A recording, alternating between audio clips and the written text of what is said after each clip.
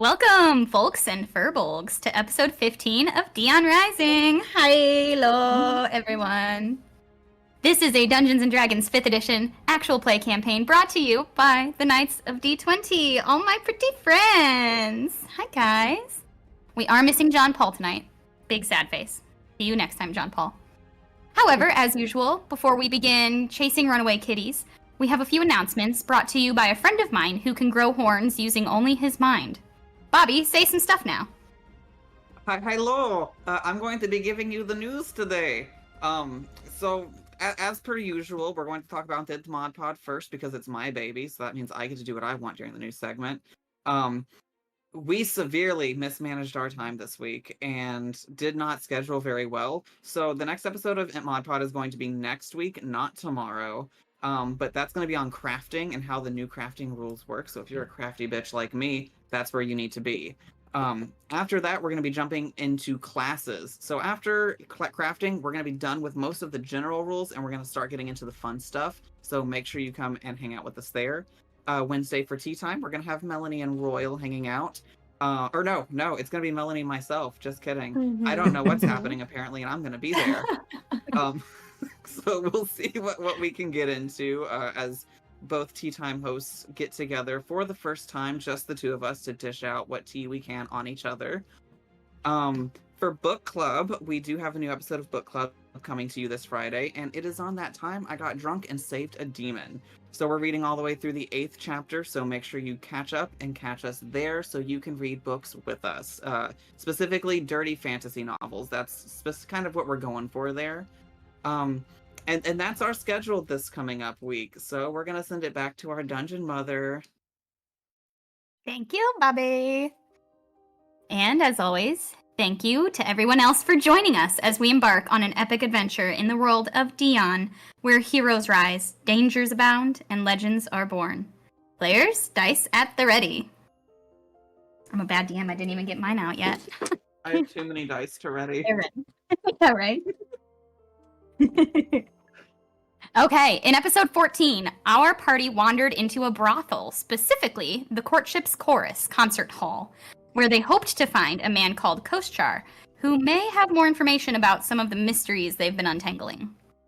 Luckily for them, Koschar was expecting their arrival and revealed himself to be none other than Archangel, the tiefling and supposed devil's thrall who locked the old cleric in the grotto of Eztar beneath the city Suntepeli. He wove them an unbelievable story spanning more than 1,000 years, claiming that the old man they freed was none other than Emperor Orin, the iron-fisted elf of the Northwest continent.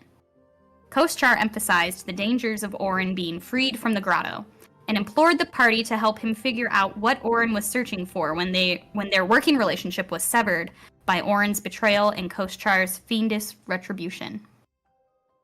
The party did what they could to determine Koschar's trustworthiness, but were only able to tentatively decide to follow the lead he gave them to the great Athenaeum of Arendriel, while sending Nerica Darkdown Fellshade with Koschar himself to keep an eye on the undying tiefling man. They went to bed with a plan to help their new friend Chiffon Foxglove fake her death, and then move on from elegant Suntepeli. Party, Chiffon left you at the Courtship's Chorus with a promise to get some last-minute shopping done before you enact your escape plan.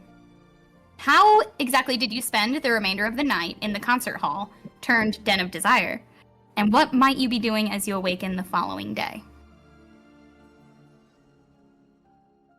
That is a great question.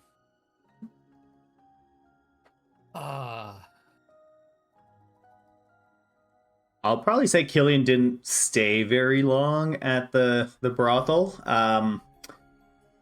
It's probably not to his taste, let's say, and probably went back to the moonlit quay not too long after kind of having the discussion with everyone, and we have the stuff that Chiffon gave us, so Killian will more than likely just be getting used to the weight of the new blade that he was given, just kind of practicing some flourishes and tactics and stuff like that with his new weapon at the Moonlit Quay.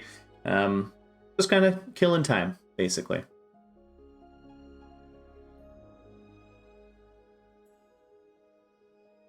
Zada. Oh, you're muted. We can't hear you, Dungeon Mother. Ah, you got me now. There you go. What the rest of you do? Zada is going to probably stay the rest of the night because he hasn't really had a time to unwind like self. So he'll probably stay there for a while. Drink with some of the patrons. Talk to some of the people, the workers there. Have a good old time. Maybe or may or may not have gotten somebody to go to bed with him. But we'll see. Naughty, naughty. Yeah, I'd say you made a friend or two. Or two. Oh my. Mm. Seraphina, you better step your game up. Zada would be down with two. That's fine with him. If people want to play. Yeah, Seraphina, you watched Zada be flirting. What are you doing? Oh my gosh, just gawking unabashedly watching this. And also getting to know, is the elven barmaid, is her name Apple? Was that her name? Yeah, good memory. Yeah. Seraphina spends the evening with Apple, and she's gonna watch her play the flute, as Bobby said, not Moroi. Yeah, she really does play that flute. Oh my. Oh. Got very deft fingers, you noticed. Seraphina, they can exchange tricks and their knowledge. Lovely. Sounds like a fun night. What do you think you get up to?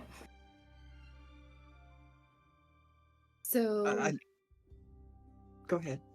I was gonna say, so Bula eats the charcuterie board, orders about 3 or 4 more. Actually.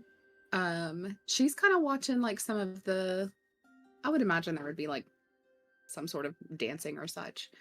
Yeah. So she's kind of watching like, how'd you do that? Like, how'd you get that part of your body by that part of your body?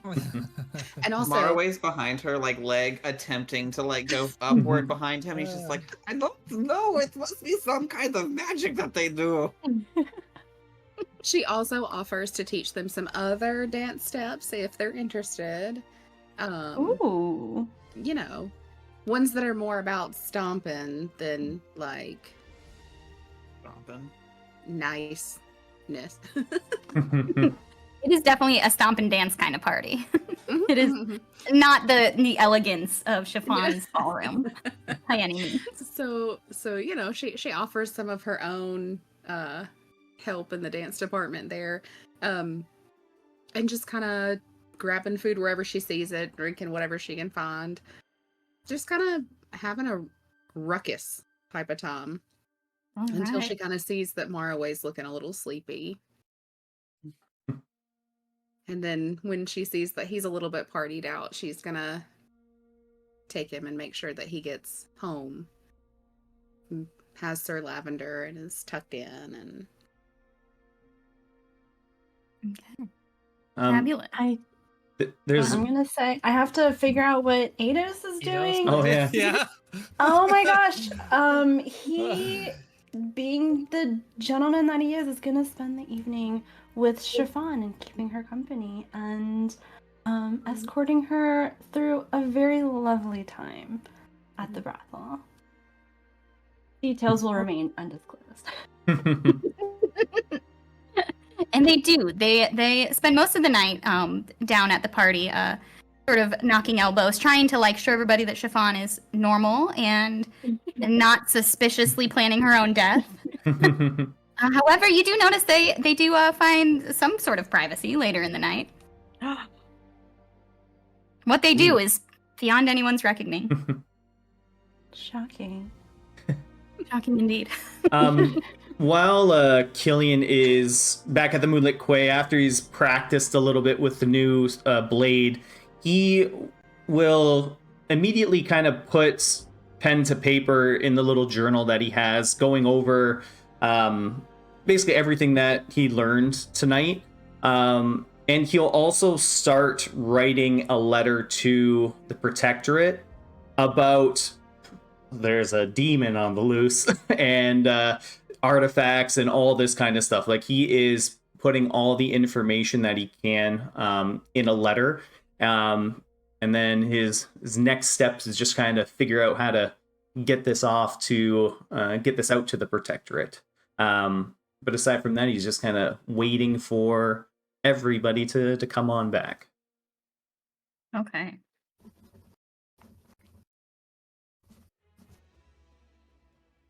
Do you know exactly who you're going to send that to, just like your direct supervisor, once you have the chance? Yeah. Once I find like a safe way for the message to be sent out, I'll address it to like my supervisor. Okay, sounds good. All right. Yeah, you all spend various levels of a fun night doing what you like to be doing. Chiffon, goes shopping for a while, comes back, joins the party, eventually goes home, says that she'll continue her shopping in the morning and that you should come pick her up at her home, at her casa, whenever you're ready to move on some phases of the plan for her. But in the meantime, she will be shopping for you all. So is there anything else you would like to be doing the next day? What does that morning look like for you all as you get ready to leave Suntepeli? Breakfast. Breakfast, naturally.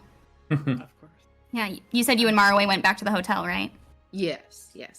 Yeah. She might have been tempted until she saw that he was sleepy, and getting him to bed was more important. Yeah. Sometimes you gotta leave the wedding if you bring the kid. I have a question. Mhm. This will depend on if Serafina and Eidos are still there. But did you guys stay the night, or did you not stay the night? I will say we both stumble out in the morning looking very rough with lots of under eye bags. Okay. We stumble home in the morning. Our walk of What shame. you will probably see is Zada coming down with probably a guy in both arms coming down, and then when he sees you, he just turns pale and runs back to his room. Like mostly covered in fur, but like his usually like kind of pinkish reddish nose just goes white. The skin around his eyes go white. Zada, Seraphina's gonna give you a big wink. Guess you had a good night. I like to think your tail like puffs up. Yeah, he just like floofs and then like panic runs back to the room. The two guys you just left, they're a half-elf man and an orc man are both just like rude. And they hold hands and go over to the bar to get some breakfast.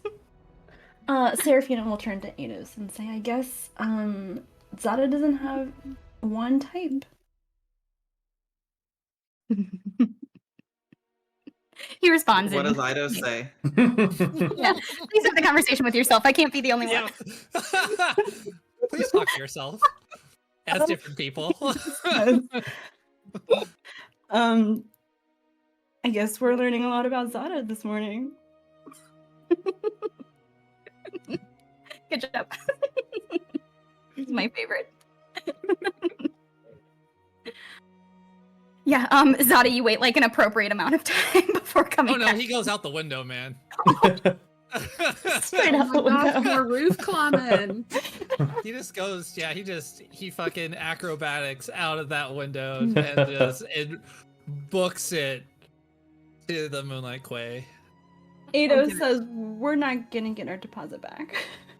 Well, you won't know. He'll I'm sure there's a balcony or something that he can just he's going to sneakily try to get out without you guys noticing that he left.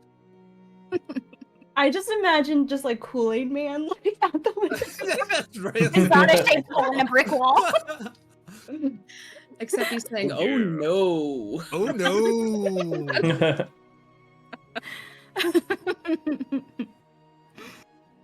Oh, incredible. Yeah, Bula and Marway, you're at the hotel when Zada comes like at a full tilt sprint through, like you're sitting at a table. It's like a beautiful, quiet morning. You hear like the clinking of teacups and little silverware, and Zada just goes plowing through the lobby to the stairs. His back fur all spiked up. Doesn't even just, look like at kind of watches him go. She's like, man, who put a torch in his britches?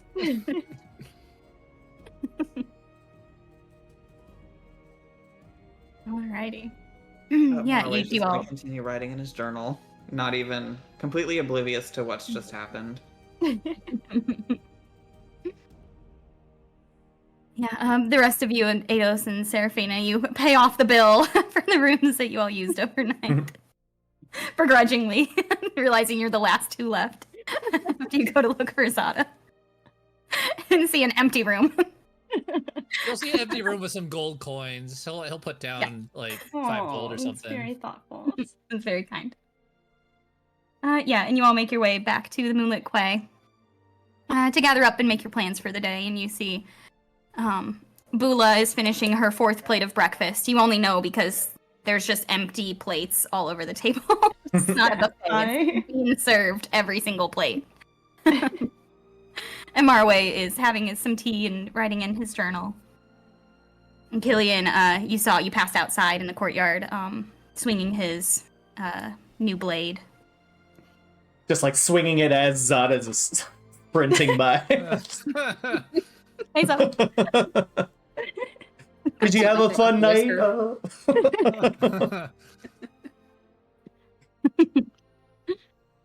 He just walks by and says, he had a very fun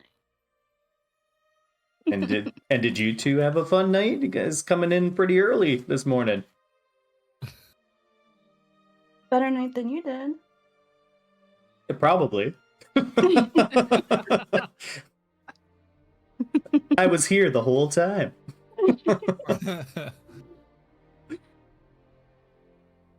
Okay. Is there anything you would like to do before we can always just time jump straight ahead to going and picking up Chiffon after her shopping? Get her done? Or is there anything else you want to do in the city? All right. Let's get to her. Yeah, you all make your way to Chiffon's chateau, where you were last at for her large and luxurious house party. If you could even call it that. A ball and formal sit-down dinner, at the very least. You go and knock on the door, and a tabaxi butler opens up and greets you, and walks away nearly silently. He gives you a bow of greeting, and greets you all by full name and title, regardless of whether you have one, and then goes upstairs to find Chiffon, who appears a few minutes later in this very sky blue with almost white clouds, patches of silk on it. Long gown with long sleeves. It's one of those robes that has all the feathers on the long sleeves almost. There's this too much fabric, so much fabric that she's wearing. And she comes downstairs and she's holding in each arm multiple shopping bags. And she says, I have had the most productive morning. Come sit, my friends. I have so many things to show you. And she brings you into a sitting room and sits down on the chaise lounge and starts putting her bags down and going through them. As you all go in and find your seats around her, she says, I had my personal shopper doing some searching for things for all of us to have when we travel away from this city. I'm so excited. This is going to be the most fun trip we will ever have. And from one bag, she lays some tissue over the top so you can't see what's in it, and she hands it to Marway. And she says, a gift for you, my friend. Ooh, I do love the gifts. I'm going to open it. Inside, you see this glass bottle. It's made of this, it looks like sea glass almost. It's got all these ridges and swirls in it, it's naturally blown glass. And it's a little, a jar of some sort. It has a 4-inch opening with a cork. And she says, I know you said you wanted somewhere to keep your rocks and your shiny things, and I understand, so I found you this. And she takes it from you as you're examining it, and she starts picking up like this like potpourri that's on the table next to her and just dropping it in, and like lots and lots and lots and lots and lots of it. And she fills it up and she shakes it, and then she puts more in and more and more. And she's doing this for like 3 straight minutes. And then she says, "Now watch." And she turns it upside down, and just like a flood of potpourri comes out and like scatters all over the floor. All these little like fake pine cones and stuff, little like pine needles, all kinds of smelly good little nature things, just all over the floor of this little sitting room. She says, Oh my "See, goodness. it's like a bag of holding, but it's like you could see all the stuff inside. There you go." This is so beautiful. Oh my goodness. Yes. And he's just gonna literally just all the gems that he's acquired slowly start placing them in. Yeah, and like it's lovely because like you can like see them as it's a glass jar. It's colored, but it's a glass jar and you can see into it. But like you can like shake it, move it around so that different gems are visible, and it never quite fills up. So you have he would just kind of be looking at it in almost awe. And then he would say something in Sylvan that only Eidos would understand. As he's kind of like jingling them, he says, "Now we can see how close we're getting to our goal." Eidos just makes a mental note. Eidos squints pensively. Yes. She says, "Okay, but that is not all. Dig further, please." There's more? Of course there's more. I buy you all the Digs further. You pull out this, it's like a wooden tankard, like a beer tankard almost. And she says, "I know you do not like to do the drinking, and that is wonderful. However, I have so many wines and fun drinks that I want you to be able to try, things with honey and things with fruits. If you drink it out of that there little goblet, you will not have the head fuzzies or the drunken sillies. You can drink what you want." Oh, look, I can drink the drinks with you now. Well, you can, but she just took all the fun out of them. Yes, but now, whenever I do it, I won't do silly, unusual things that make people think I'm weird. Yes, you will, Marway. Nobody thinks you're weird. She says, "I know good and well that things get a little too silly sometimes, and that is okay. That is why I give you the fun gift. So now we can have the drinks together. And you're not going to like all the drinks we put in there, but you can try."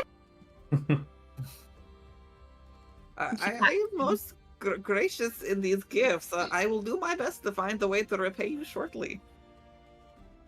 "But have you forgotten, Maraway? You are helping me fake my own death. This is my thanks for you. We are even, yes?" I guess you could see it that way. Okay, we will call it even. "I'm not going to have access to my parents' money forever, so let's have fun while we can, yeah?" And she pulls out a bag, and it's like beautifully, like it's just like a black silk gift bag, and hands it to Eidos. And he looks a little bashful, probably. And he opens it up, and he pulls out just this like spool of wire. It's just like this like silver and copper wire, 2 strands of it kind of wrapped around each other. And she says, "Okay, this was quite hard to get, actually. What you do is you're going to take that wire and wrap it around your magical stick, yes? And then it will make you tougher skin. You seem so delicate, yes? Is that mean to say? Anyway, it will make you so much less delicate and a little bit tougher, like manlier." So when we have JP back, I'm gonna have him add. It turns his staff into a staff of defense. So he doesn't have to change his staff. It will turn his current staff into a staff of defense and increase his AC. And Wow. Bobby, in case you didn't catch it, you have essentially a small bag of holding. It can only take things smaller than 4 inches. Mhm. And then a tankard of sobriety you can add to your inventory. That's better than what I put, tankard of de-alcoholing.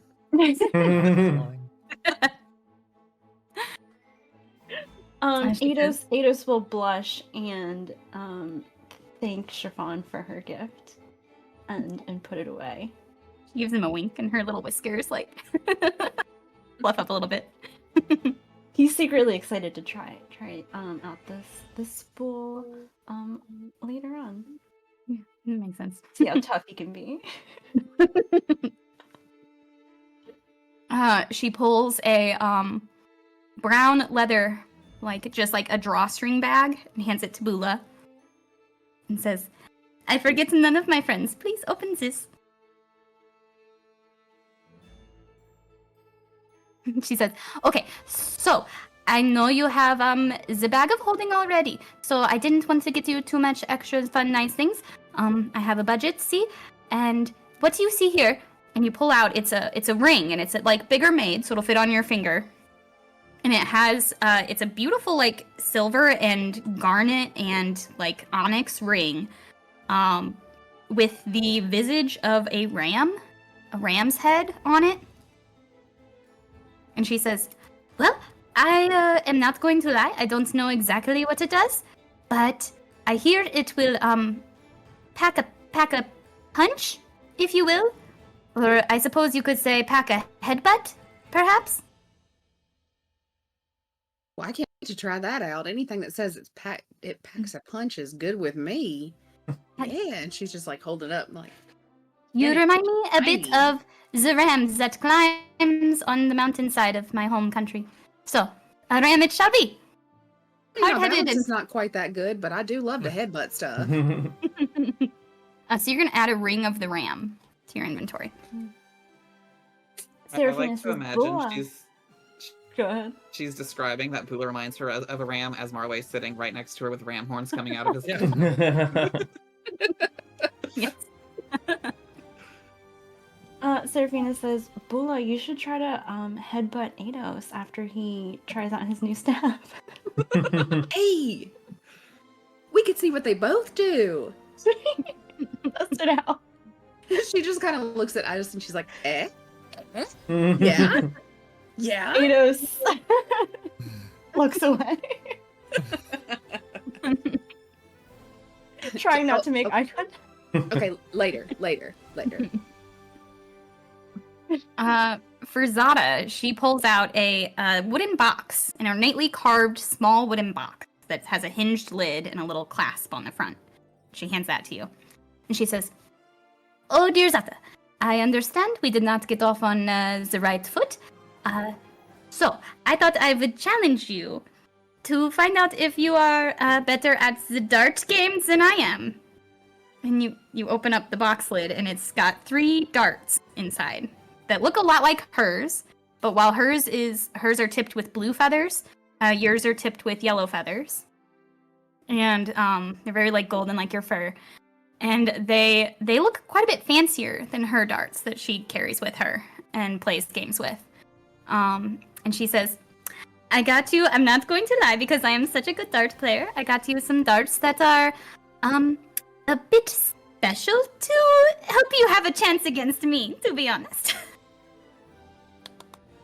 And she says, Alright. "We should play sometime. God, I love A her. little friendly competition." Prepare to lose. Yeah, And you you're can add keeping 3 darts. seeker darts to your inventory. Yeah, what dart? Sorry. Seeker darts. 3 of them.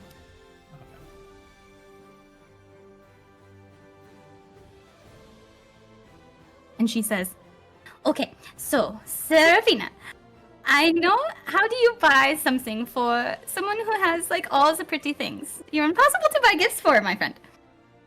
However, I found you, I think something you will like very, very much for obvious reasons."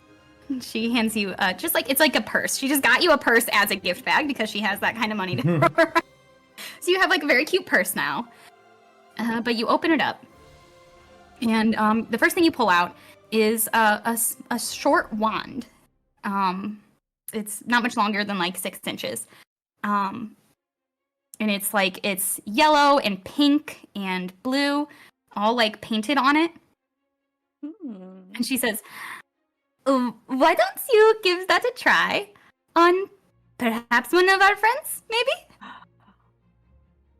Seraphina tentatively grasps the wand and she will point it at Killian and she'll wave a little swish towards him.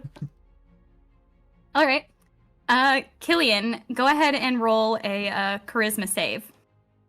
Okay. What are you doing with that? All right. Natural 1. We're about to find out exactly what it does. It's working. Yeah, so you break out in a giant grin. You don't know why. And you can't stop. Killian is just looking at each of you with fear in his eyes and the biggest grin on his face. My face hurts. What's happening? Seraphina gently puts down the wand and is a little scared. What did you do to me? She says, to be honest, I am glad it works the way they said it would. I wasn't entirely sure. The guy I bought it from was just a little, how you say, questionable. But yes, it is, as he says, a wand of smiles. Killian, after a minute, you finally stop smiling. Oh, Amazing. my cheeks hurt. I don't smile a lot. Oh.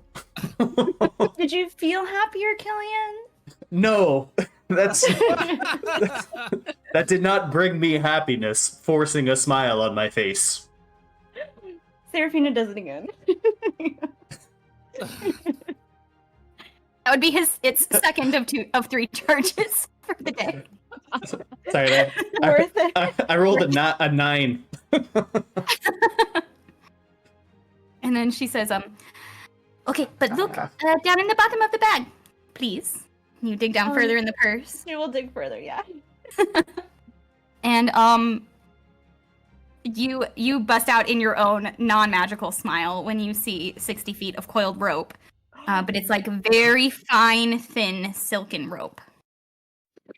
How did you know? Favorite. She says, I pay much attention. Yes, I do, actually. So, that's right there. Why don't you test it out on one of your friends? Not me. Look, Killian is smiling. He wants to be tied up. Seraphina will turn to Maro and say, Maro, you want to try out the rope? Yeah, let's do it! Yay! Bula just kind of steps a little bit closer to you and just like huffs to where your hair just like kind of blows a little bit. Seraphina will very gently and lovingly start tying the rope around Marley's hooves. Yeah, you don't even have to. The minute you go and wrap it around the back and it touches his first ankle, Chiffon says, tie him up. And the rope immediately like whips through your hand, like out of your fingers, and immediately like wraps him up. All the way up to his legs. And he is restrained. He is automatically tied up by the rope. Goodness, I'm so sorry, Maro. Bula just like puts her I have hands to be out to honest. steady him. I'm not really sure why you think this is fun, but I guess okay. No worries. Seraphina will gently try to like lower him to the ground and untie him. Yeah. You can very quickly unrestrain him with this rope. He says, good. I am so glad that rope works how they said it should. That is a rope of entanglement, I believe he called it, yes. Oh, it's perfect. Thank you. I love it. I pay much attention to my friends, yes. I bought some gifts for myself as well. But those are all packed away in my luggage, so I suppose it is about high time we throw me off of a cliff, perhaps? Right Never now, heard somebody say that so happily. Chiffon, did you write the letter that you want to leave behind? I did. And she reaches into one of her purses and pulls out a very finely folded and wax sealed piece of parchment. and says, I believe I have done a very good job. I think it was convincing. I do not think anybody will doubt that I was very, very much in love with the rogue Zata Stormmane.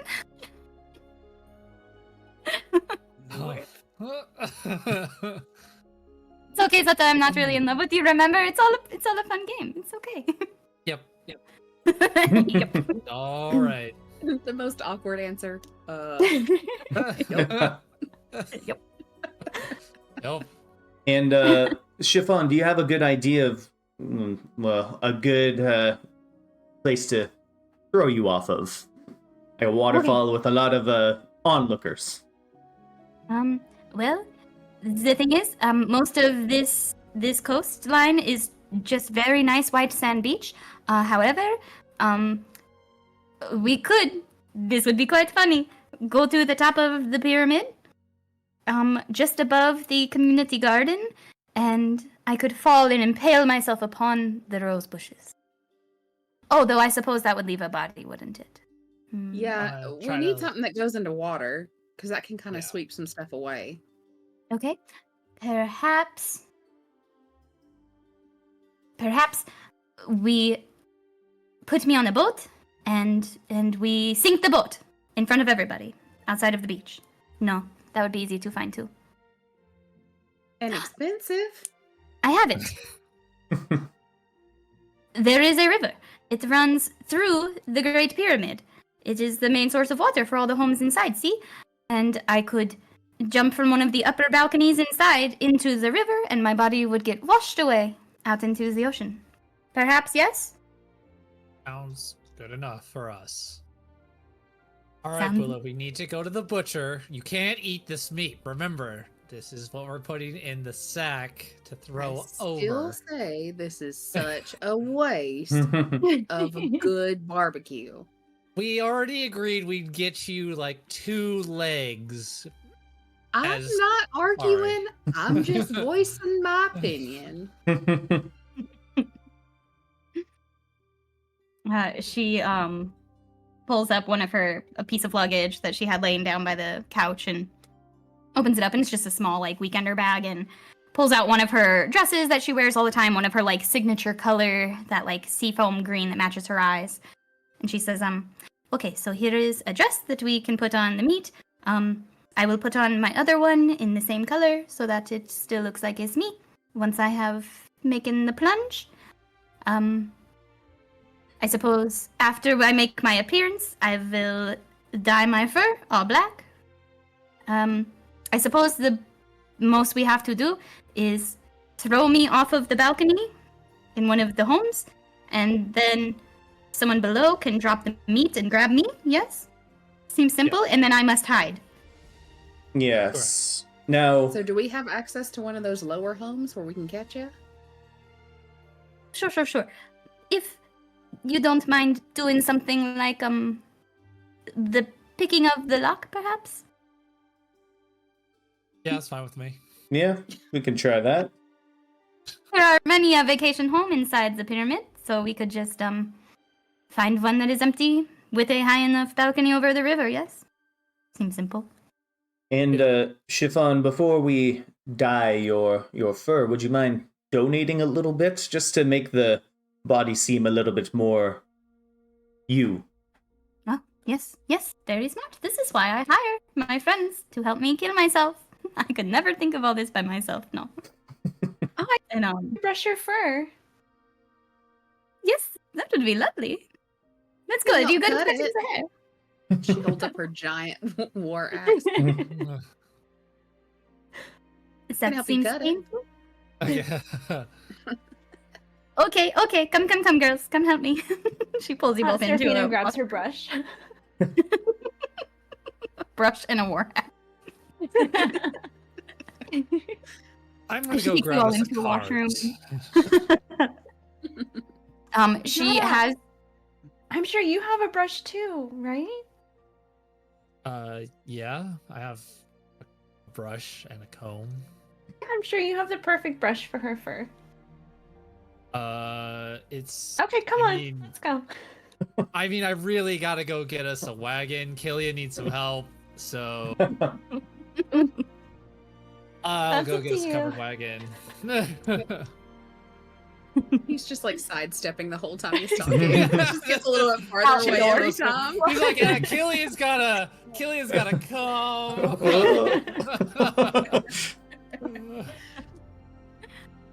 She says, quite all right, quite all right. Okay, girls, let us go into the bathroom and you may shave me.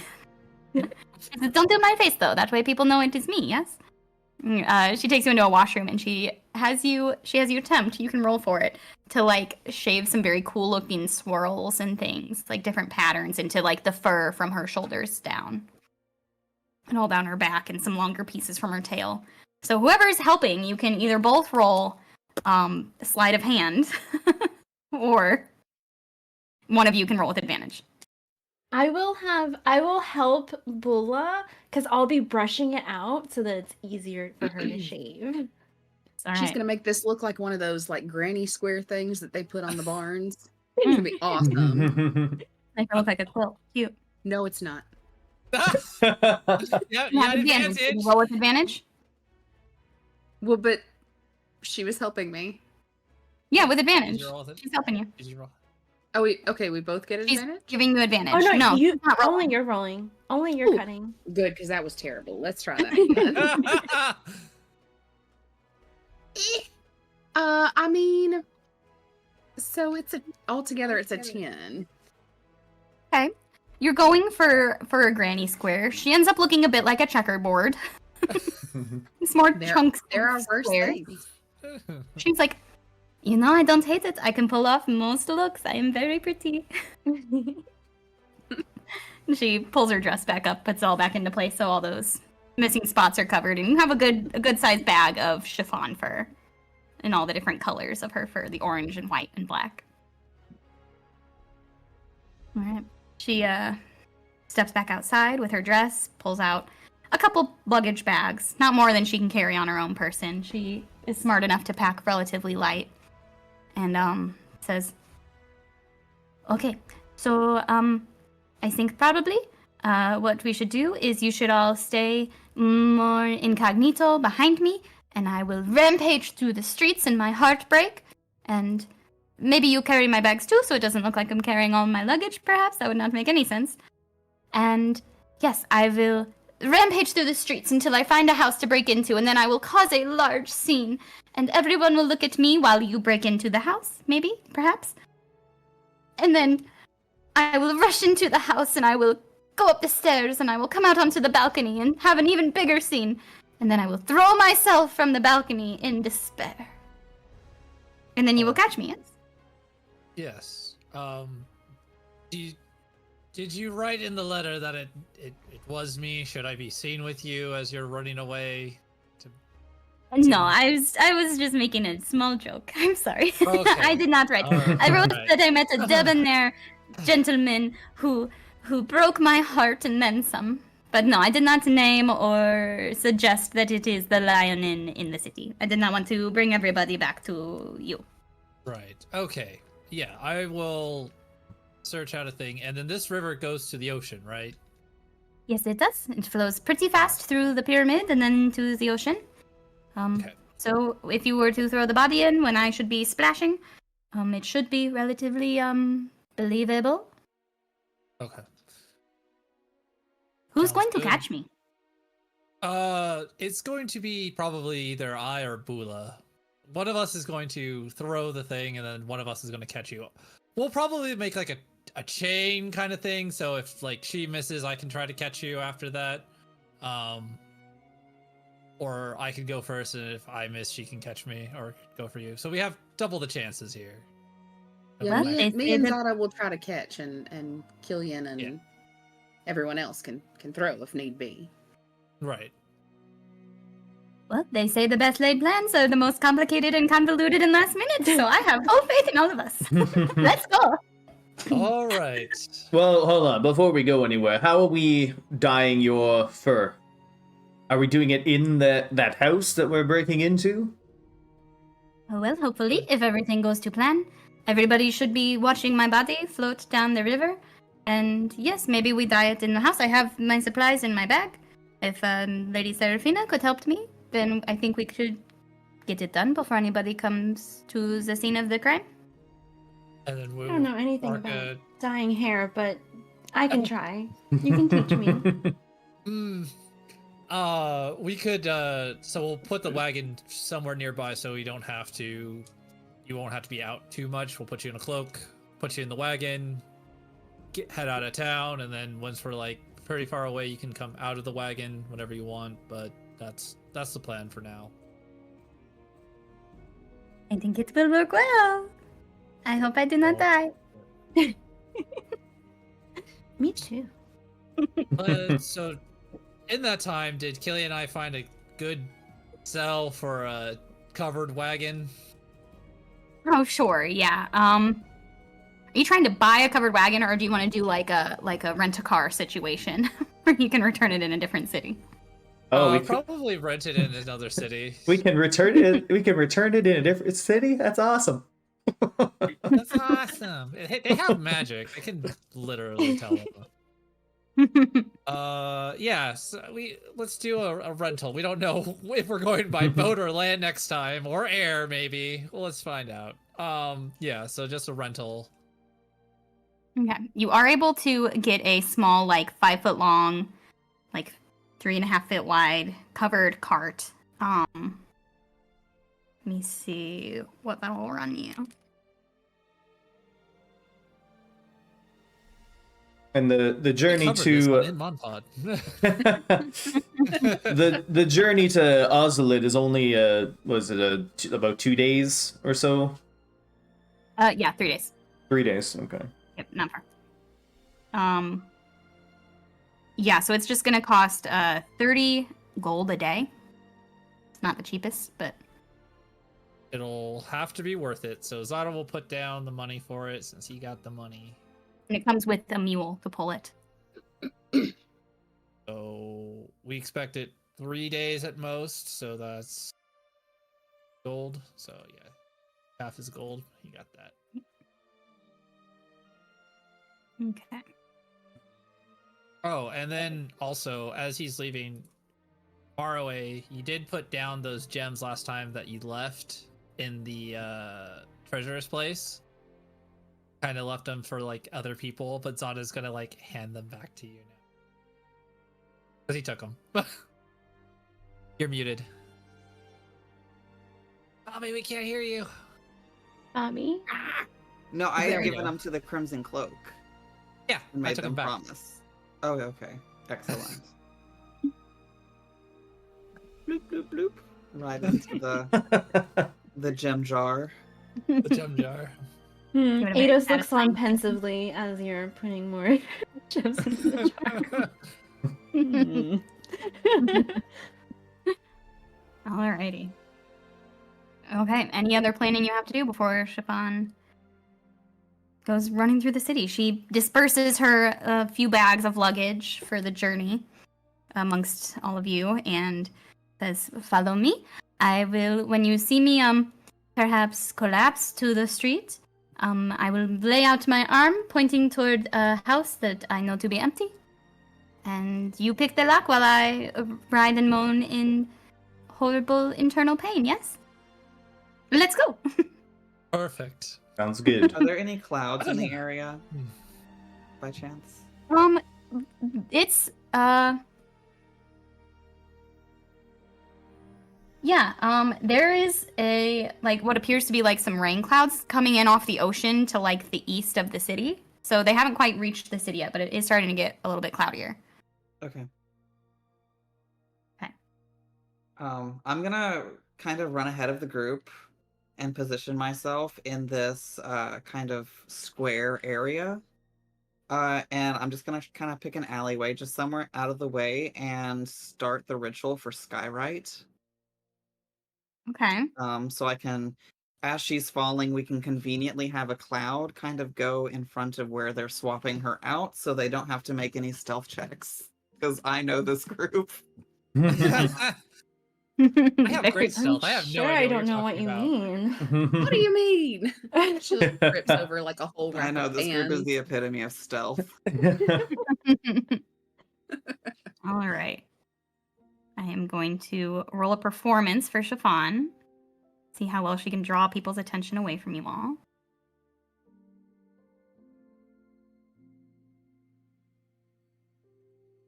That's a 16. Pretty good. Yeah, so she leaves her house in a swirl of fabric. She's like pulling on her fur on her face and crying like very believable tears. And she's like grabbing and hugging everybody she finds and is just like holding their face and saying like, love is dead, love will never live again. And then moving on, pushing them away. She goes up to someone, gives them a big ol' kiss, and then throws their face away. And says, no, we cannot. It's just absolutely playing the drunken diva. She's like throwing like wine glasses out of people's hands after finishing them off. Just going through it by all accounts. And people are stopping and staring. Is that Chiffon Foxglove? What is she doing? Have you ever seen her like that? And she draws like a crowd of people like behind her, whispering and following her. And she does make her way under the pyramid, starts to go up a few levels. You follow her up some stairs. You can all go ahead and roll a group stealth. So it'll be everybody stealth together. Melanie, make sure you roll for Eidos as well. Oh, 24 for Killian. Mm-hmm. 16 for Bula. Hit me with that one more time. Bula, 14? 16. 16? Zada, Zada? 14. 14. 13. Bobby, what'd you get? Say that one more time. My internet's 13. going wild. 13. Oh, good. Melanie and Eidos. I got 17, and Eidos has 18. Okay, very cool. Ridiculous. Pretty high rolls. No one below 10. Yeah, you managed to. You all are like you're keeping yourselves more spread out. You're like kind of pretending to gossip with everybody else about her. You're just really blending in with the crowd, just all spread out watching her. And like some of you barely even looking like you're noticing her. Yeah, and she goes under the pyramid. She starts going up more and more levels. She gets up to where some of the nicer, like under the pyramid, are not the nicest houses because people want to be out on the beaches and in the weather. But she finds one of the nicer, like, sort of rental places, sort of like a duplex style set of apartments that are all very tall townhouses. And she's like on this like residential street, and she like sits herself down on the curb across from these front doors, and she's holding like someone's wineskin that she pulled off someone's belt, and just like starts chugging it until she like falls all the way back and lays her arm out, pointing at one of the doors across the street. And she starts just like singing terribly. Like, for a daughter of bards, she has not a good singing voice. Just a love ballad for the ages that is hard to listen to. Killian will kind of, as best he can, go and undetectable. Go over to the door and try and pick the lock. Oh wait, first, is it open? Just jiggle the handle first. It is not open, but it's like it's like there's like the door latch lock, so it'd be pretty easy to jimmy it open. All right, Go yeah. ahead and work on that. Yeah, Killian will do that. Go ahead and I'm roll a going sleight to of go hand. over his shoulder, be like, no, don't do it like that. Don't, no, a little left. A little I need a left. little space. Get back away from me. I say roll a disadvantage. Backseat lock picking. So disadvantage? No, I was kidding. Oh, okay. Just roll straight. Whew, that's good then. 23. 23. Ooh. Okay, yeah, that's plenty. You managed to very quietly pop this door open after playing with the lock for a minute. And you gesture for everybody to get inside. And you do so. And you see, as soon as you're inside, you see like the whole backside of this like apartment, this townhouse is like mostly big glass windows. And there's a set of stairs like immediately inside that front door going up, and then a set of stairs above those, and then a set of stairs above those. This is a 4-story townhouse for like a multiple family vacation kind of thing. Dang. And it overlooks the back of it with all those big glass windows, overlooks the river that runs through the pyramid. And even here, since you're already a few stories up within the pyramid, it is a few stories up from the river. So there's a pretty long drop even on the first floor of this building. I would like to reiterate that I am still on the ground level, everyone. Ready to go with those clouds. All right. Yeah, Bula. You've managed to position yourself on the ground level below them, kind of on like a street walk kind of thing. That's pretty abandoned since everybody's up here watching the spectacle. All right, I will Duval. be prepared to catch her. Bula, you toss that bag of chiffon fur and meat and a dress into the water. And One single tear just kind of goes down at the waist of good meat. You're gonna make some shark very happy. Would have made me very happy. Eidos turns to Bula and says, "We'll get you some lunch after this." She just kind of snarls. Eidos kind of jumps back. After about a minute, Chiffon comes bursting through that front door you all came through and slams it behind her and goes like shrieking up the stairs a couple stories up to the 3rd floor, seeing you all positioned on the 1st and 2nd floors with all this stuff, and goes up to the 4th floor, goes out onto the balcony and throws the doors open and starts just like shouting that she's ready to end it all, and that this cruel, cruel world has left her so heartbroken she will not go on.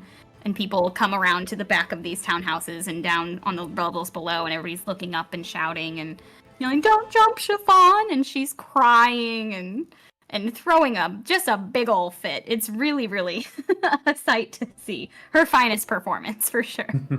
all right, Safshina. Just in case, tie some rope to me. If we do slip, I will jump down for her, and we can pull us up.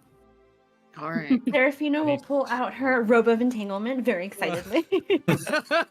Ah! Whoa! Okay. I am also going to get Hoothamer at my side, just in case we need a impromptu teleportation away from the ground. Okay. Fabulous. Because that would not be super cool. It would not be a good look. Fake death becomes real death. You're like, she said so many times she did not want to die. I knew we were missing something to this plan. You hear her up there doing her like grand finale. She's like pointing down at people on the street and saying, "You do not love me. You do not love me. No one loves me." And she takes that wineskin and she like pretends she's draining it as she turns away from the crowd and leans backward as she's drinking and drinking, drinking, going further and further over the railing until eventually she just goes, "Oh no," and her feet go right over her head as she plummets down. And I'll go ahead and have, who's catching? I'm gonna catch. Let's go. I'm gonna back Okay. it up. I'm Yeah, so Bula's back up. Yeah, Bula's back up, and then it's kitty dive after that. Marway, do you have those clouds going? I do. The clowns are ready to go. If y'all were to miss her, the lightning teleportation will just look like it's in a tiny thunderstorm.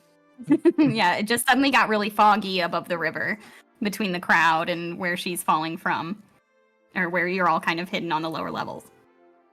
Zada, go ahead and roll, say, a dexterity or an acrobatic. Those are Or the an same, athletics. so. We will do acrobatics. Doesn't really change anything, but it looks cool. She is basically falling in slow motion right now. All of her like skirts and everything just blowing in the wind. That is a 22. I rolled a 19, so 22. All right, let me see Got if it. she. gotta roll high. All right.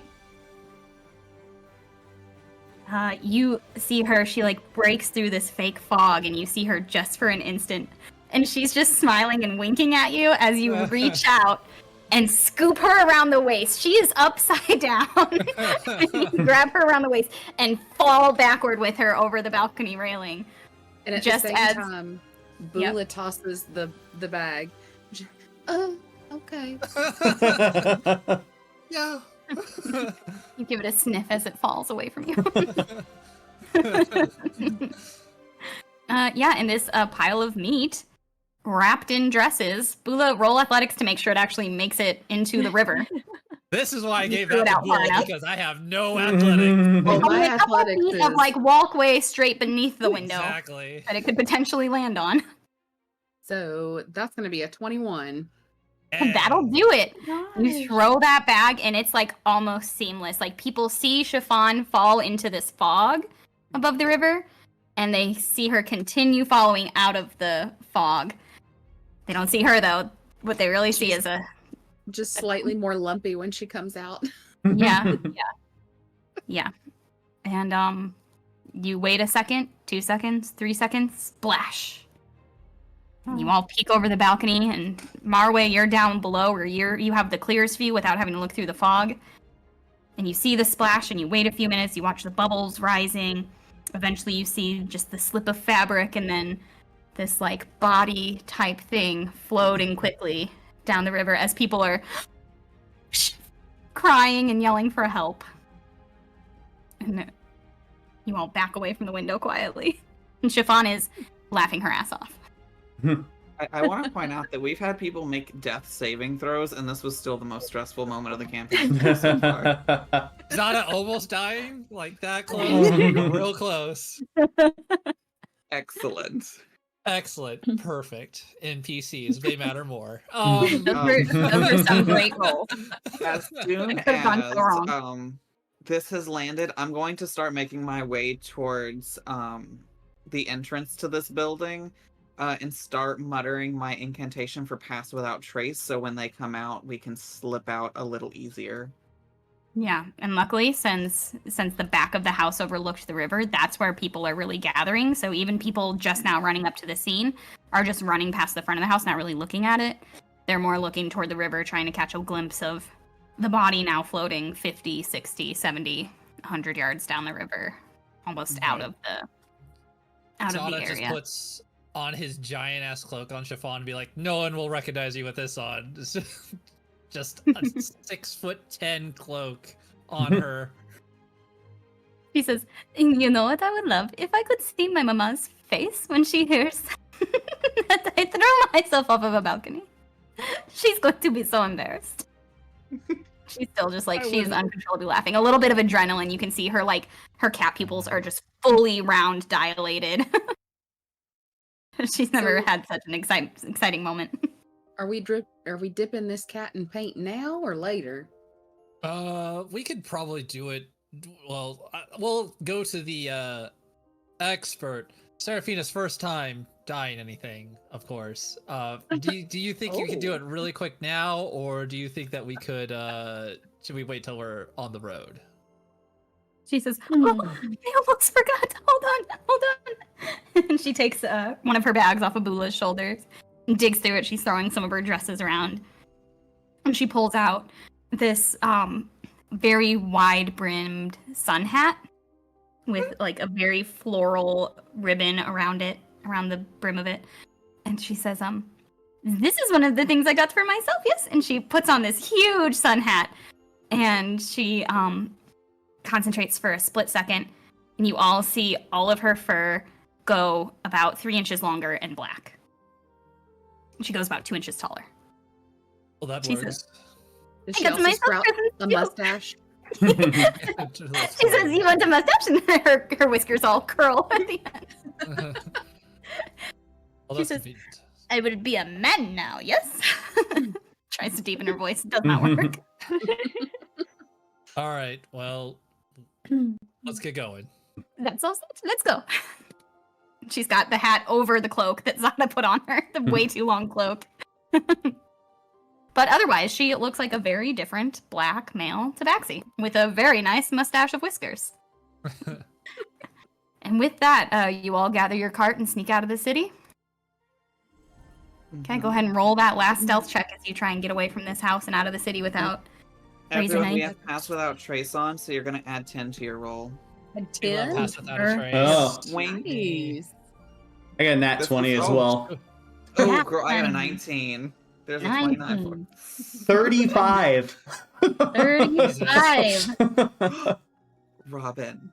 A nat 1. Dude, It's Well, not it's one. an Robin. 11. It's an Wait, wait, 11. Wait. But with 10 and then my stealth, so it's really like a 13? So I rolled a 2. So that's 12 So you don't make plus fun of me. 5, so that's 17. So that's still 17. Something.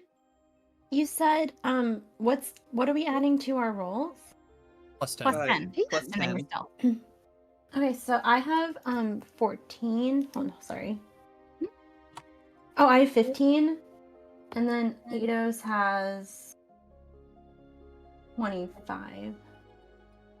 Fabulous. Okay, yeah.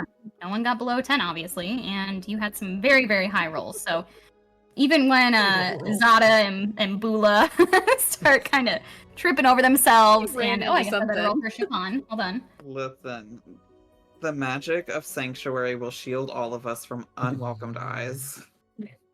And We it ran does. It into does an so. entire set of chimes, but with the magic, it sounded so pretty. Somebody just thought it was a street performer. Just Yeah, the they were wind. kind of already dozing off, so they're just like, it's a nice day in Suntepeli. I wonder if anything dramatic's happening on the other side of the city. And you all very successfully with this wagon and a mule named Mjolnir, you make your way This out mule of must live Suntepeli. forever now. He is my favorite. Can we do does this service offer like a rent to buy kind of situation? Can we buy Mjolnir? Because I love Mjolnir. Lease to own. He is Zada, now you the the most feeling he precious loves thing to you me. too. Would you like me to talk to him and I can tell you what he thinks of you later? Absolutely. With everyone freaking out at the newfound knowledge that they have a mule named Mjolnir with them. You all make your way out of beautiful Suntepeli, out from under the pyramid, out of the city gates, heading north to the great Athenaeum of Arendriel. And right there is where we will take our break. Woo! So, wow, Good what a job. first half. What? I'm so glad she Look. didn't die. I think I would have actually cried. Look, as a real support, I was here to pick up anything that they messed up. I was not gonna allow this failure. I noticed you were being Because- very quiet during the planning. That's because I was intently reading all of my spells. I was like, okay, if they fuck this up, which we have a tendency to do, how can I It's a fix it? possibility. Come on. But Believe. y'all didn't need me at all. Excellent. Killer rolls. Mm. Fantastic rolls. Okay, yeah, we're gonna take a 10-minute break. So we will come back at about 1/2 past, so 30 minutes past 9 o'clock. Just a reminder, we always run our 3-minute ads during the break. Thank you for sticking around for those. I don't like capitalism, but we do it because it works. I don't know. A double thank you to all of our subscribers for supporting us, and to everybody who watches us every week. We love you all. So come on back at 9:30. We will see you shortly for the second half. Shortly.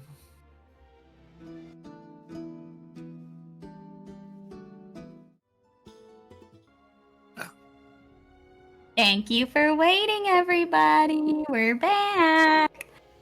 Yeah, so before we left, these silly gooses managed to save Chiffon Foxglove from a life of fame and fortune and wealth in order to help her fake her death. And they did so without letting her splat into the ground beneath, successfully catching her as she fell from a high balcony and sending a fake body made of meat and one of her dresses into the river, where it was swept out to the ocean to Bula's dismay, but to some lucky crab's delight somewhere.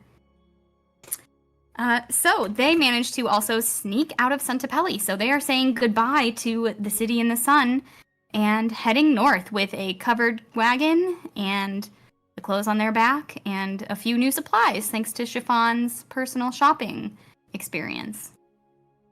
So as you're traveling along, we're gonna do travel in fast motion. So unless there's something you want to be doing, yes, you're running. You're sprinting.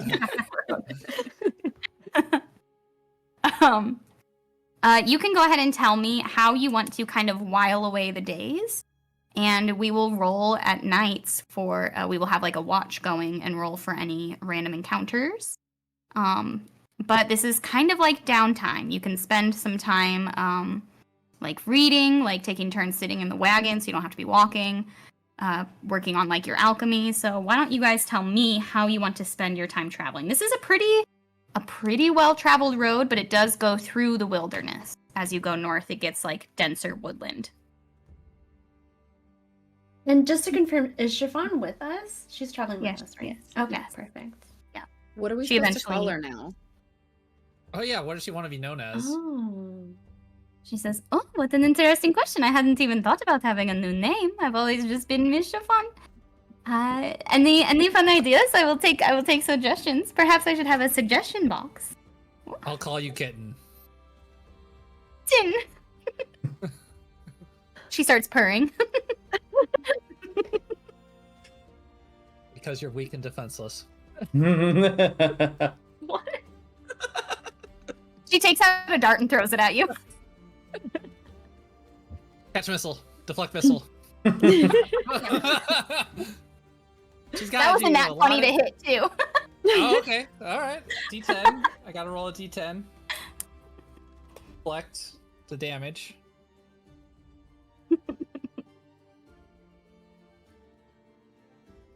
Plus my monk level. 11. I can deflect 11 points of damage. I think. All right, yeah. One dart is just a 1d4 plus 2, so you managed Yeah. to deflect the damage. So she's got good aim, but She says, "Defenseless my tail." Oh, there. She pulls out a notebook and starts like brainstorming different name ideas as you're traveling. So she'll think on that. She'll just be called Kitten from now on for me. Sticks her barbed tongue out at you. Okay. What would the rest of you like to be doing? Marway will spend his carriage rides studying the Evergreen book some more under Huthamer's tutelage. And I think like during night times or like after he's been reading for way longer than a child should be reading a book, he will spend his time kind of appraising the gems that Zada brought to him that he has no ideas where he got them from. Okay. Ados will stumble past Marway, and I think in Sylvan will ask Marway, or just say beautiful gems. In Sylvan. Yes, in Sylvan. In Sylvan, Marway will respond. He'll say, "What did you say?" Ados will repeat himself in like a rusty Sylvan. Still understandable. Marway drops the gems, and you can see like tears welling up in his eyes, and he's gonna just stand up and like embrace onto Eidos. Do you know how long it's been since I've heard my mother tongue? Ados will jump back in surprise, but then fall into the embrace and hold Marway tightly. He's just gonna sit there holding him for a little bit. Ados will pat his back and invite him to sit down and ask him a little bit more about. So, tell me more about these gems. Well, you see, I don't really know what I'm doing with them at the moment, but Uthermer believes that if we can find enough of them, that we might be able to pull everyone from Sanctuary into the material plane permanently. Right I- now it's very temporary. I can't really do it for very long, but we're hoping that if we can find enough gems, he says he's seen some kind of spell that can bring them permanently. So he doesn't really know what it is yet, but we're working very hard, or at least he is. I don't really know where to look, and hopefully we'll be able to do that soon. So Huthamer's the one who saw this spell?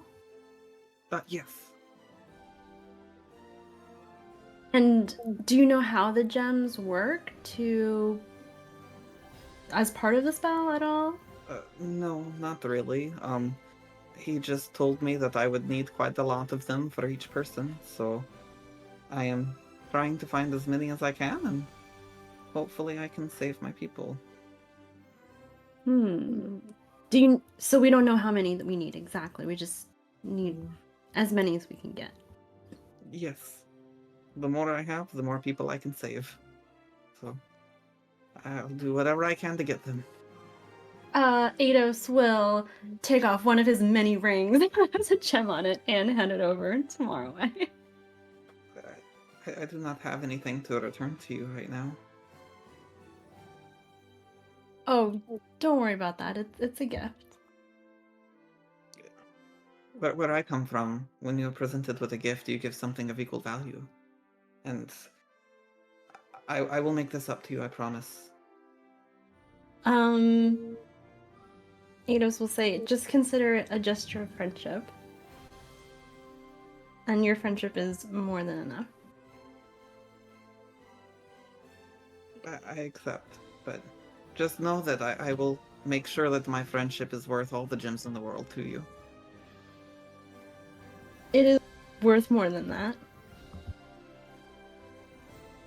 And as you say that, he's just gonna like take it and like look up into the moonlight through the gems. Do you ever think about your home? Oh, no, this is getting too deep. This is getting too deep. It's black. Age of Black. What are you doing? When Melanie goes in too deep. Just slowly back away. While they're having this conversation, Killian's gonna go over to Bula and just kind of like nudge her and say, do you understand what those two are saying? So as he comes over, she is just like whittling a small piece of like wood. Just a second. She kind of looks at Killian, looks at the two by the fire and goes, yeah, that's his, his,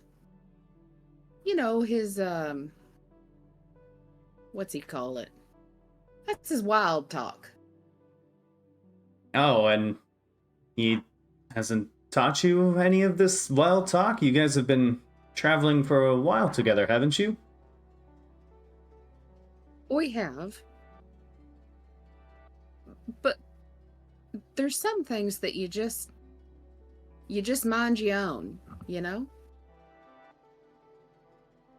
Oh, I can certainly understand that, but one thing I really don't want to mind, Bula, is what's been going on with you lately. I've noticed a time or two that some weird stuff's been happening. Like on the ship, you kind of poofed, and then you were off of the ship. Is that something you're doing purposefully, or what's going on with that? Okay, so with that, she just kind of like puffs up a little bit. She's like, ain't nothing weird happening around here. I don't know that you saw what you think you saw. Or something. I did a thing, or I didn't do a thing. I've sworn I could have saw, but you like were fighting that large creature, and then all of a sudden you're off the ship. I know. I mean, there was a lot of chaos going. Maybe you got flung off the ship by the giant tentacle, but I mean, you're one to kind of hold your ground. So I can't imagine a mere tentacle just flinging you off the ship. you know, there was that, and then there was those sea winds, and they were pretty gusty, and you know, I don't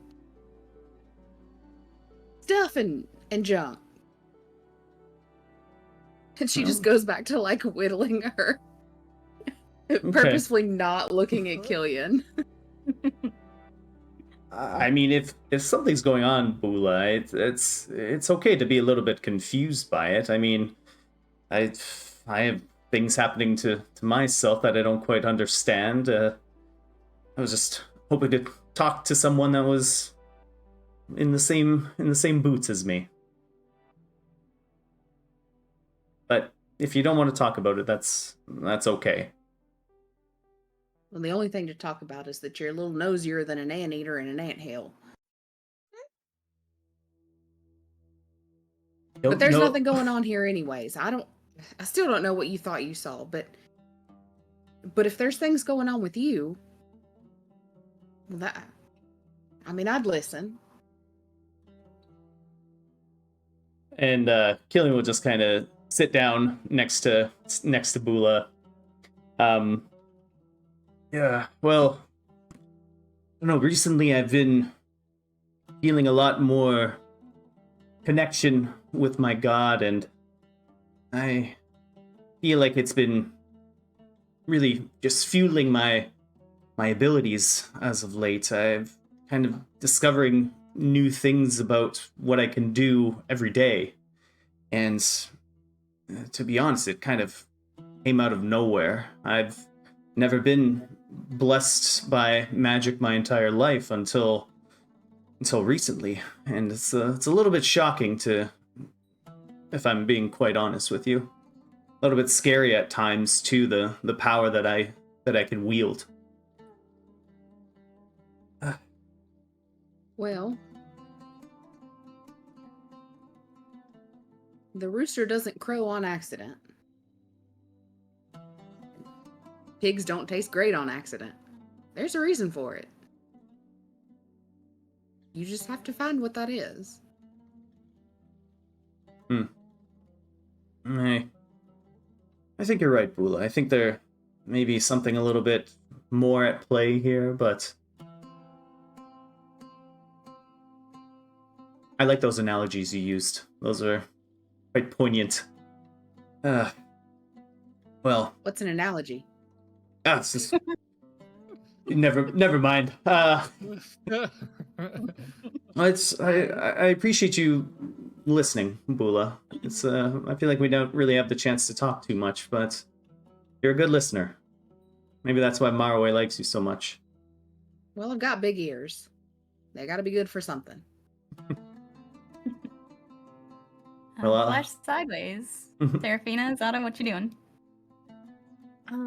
Serafina will head over to see Zada, see how he's doing. She'll ask him, so how have you been feeling since we left that brothel? Yeah, Zada will be like probably like tending Mjolnir because he loves Mjolnir now. He'll just like yeah, it was a good time. I left, you know, real early, so I don't, you know, good times. Yeah, missed walking back home with you. Yeah, I just, you know, left early. Mhm, You know, mhm. had stuff to pack up and training I had to do.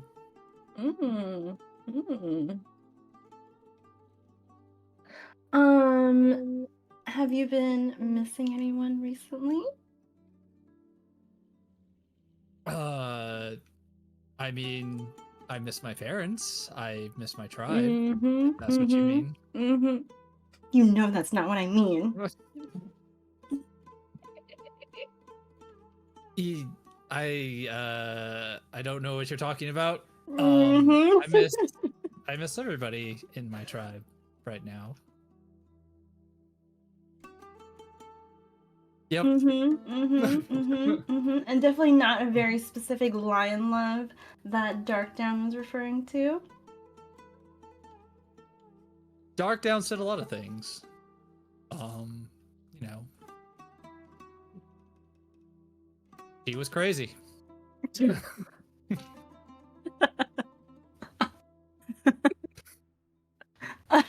Serafina will just squint and walk away.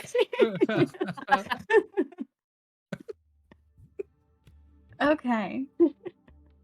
Yeah, you get a fire lit after this first roughly half a day of traveling and start to settle in for the night. The night does require, for you guys to get a full rest, does require someone to keep watch. You're out in the wilderness. This is the first time you've not been safely inside city walls. So, go ahead and decide who's going to take watch first, second, third, and fourth for the night. Bula will start. Okay. Bobby, you're taking fourth. Marwin? Yeah, Morroway is always up before the sun rises anyway. Mm-hmm. Like to keep watching in the middle. Killian can do the second watch. We'll do third. Alrighty. Okay, so starting with Bula, go ahead and roll me a d20 for your watch. 12. Okay, yeah. You've traveled north a good ways. The landscape is still pretty even. You have more of like the southern deciduous trees rather than the pines of the north that you got used to. I mean, it's pretty quiet for this first part of the night. You hear some of your friends kind of drift off. A little bit of snoring coming from Serafina's tent. But nothing crazy happens for your watch. Okay. So she's gonna go wake up Killian. And she'll just kind of say to him, "It's your turn. But if anything magic weird happens, you know where I am." She doesn't even wait for a response, and she just goes and like face plants into her like bedroll and is out immediately, like almost before she hits it. Yeah, Killian just kind of gets up, just stretches, and just breaks out his book and just kind of starts reading by the campfire. All right. Go ahead and roll a d20 for me. Wait, Which what book what are you book- reading? What book was that? You're all Yeah. asleep. Oh, biggest deflection ever. I like to think you have it inside a different book. It's a cover on top, How to Kill Monsters on the front, and then a 9. A 9, okay. At one point, a coyote comes creeping up out of the wood line and just kind of investigates, looking into the fire. You just kind of like your ears, like you have like the hair on the back of your neck rises, like you're being watched, and you look up from your book real slowly, and there's just the two coyote eyes, pretty low to the ground. It's pretty small, but its eyes are just kind of glowing against the firelight.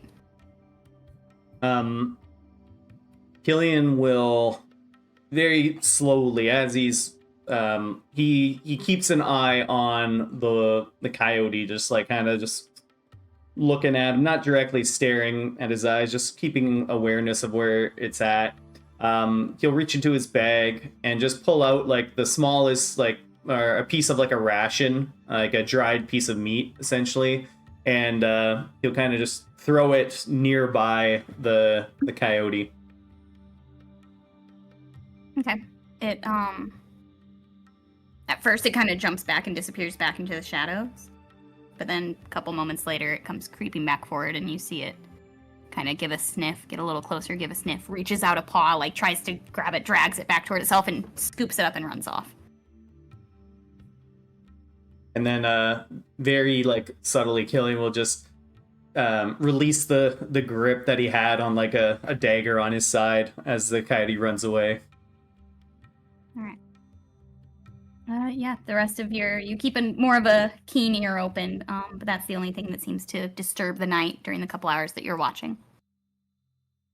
Killian will go walk over to Zada and just kind of kick the bottom of his foot, wake him up. I trip You him. Both of you roll contested decks.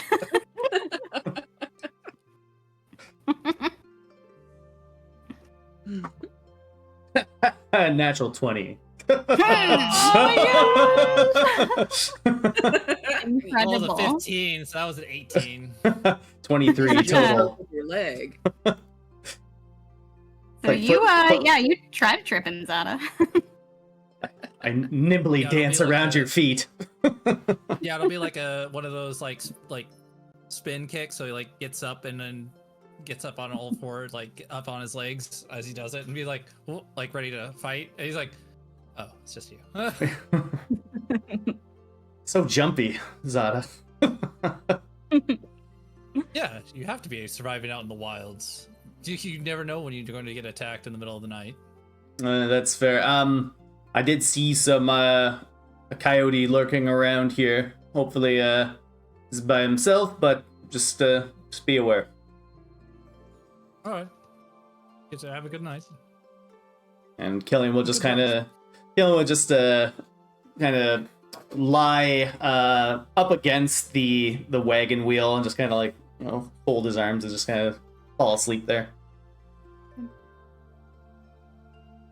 All right, Zada, go ahead and roll that 20, please. 5. Oh, 5. Okay.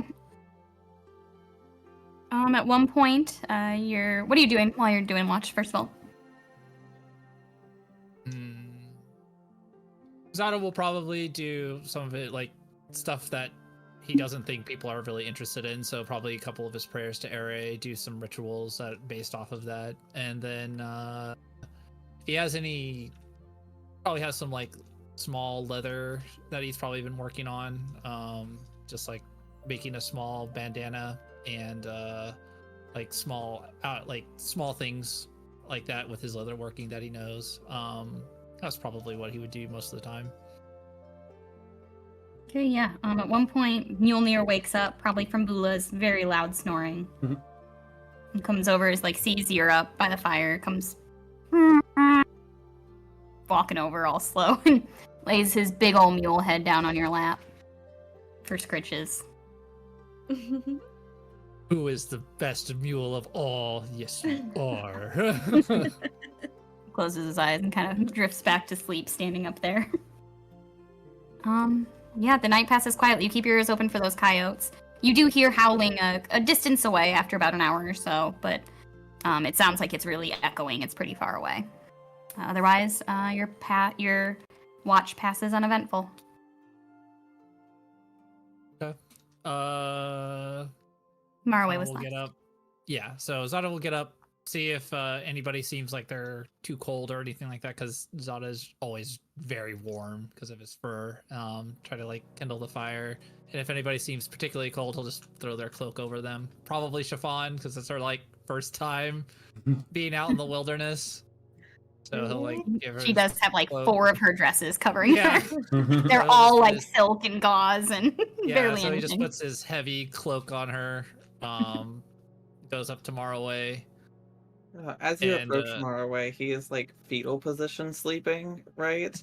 With Sir Lavender in his arms, and you would notice that his tattoos are glowing. His arm tattoos. Okay. Kind of give him And a he has sniff. tears streaming down his face. Okay, I'll kind of get close, kind of investigate, see if there's like anything wrong with him or if he's hurt.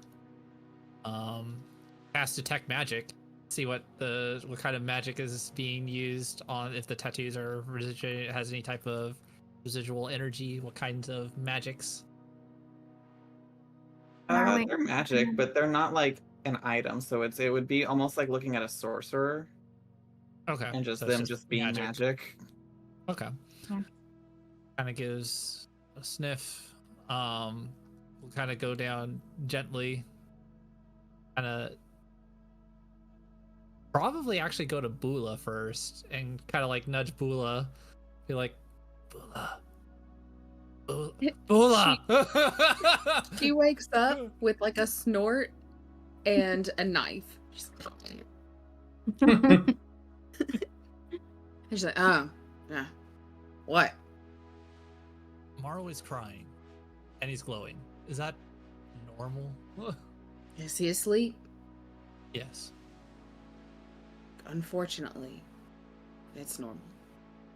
And she just like reaches down and she kind of like pets him a little bit. And she looks at Zada and she says, is it his turn? Yes. I just want to make sure he was okay. If there was anything, wrong with him. I know he says that there's something after him, I think, but I just wanted to see if alerted or There are many anything. things after him. In Alright. in body and in his mind. And so she just kind of ignores Zada at that point, and she just kind of pets Mar away, and she kind of whispers to him. And she just tells him, wake up. As you do, his eyes like flutter open. He's like, "Mother?" Oh. And then he just fully sinks as he realizes where he is. And she knows because it's not the first time that he's woken that way. And she wipes the tears off his face and she says, do you want to take watch? Yes, it's my duty, and I need to be helpful.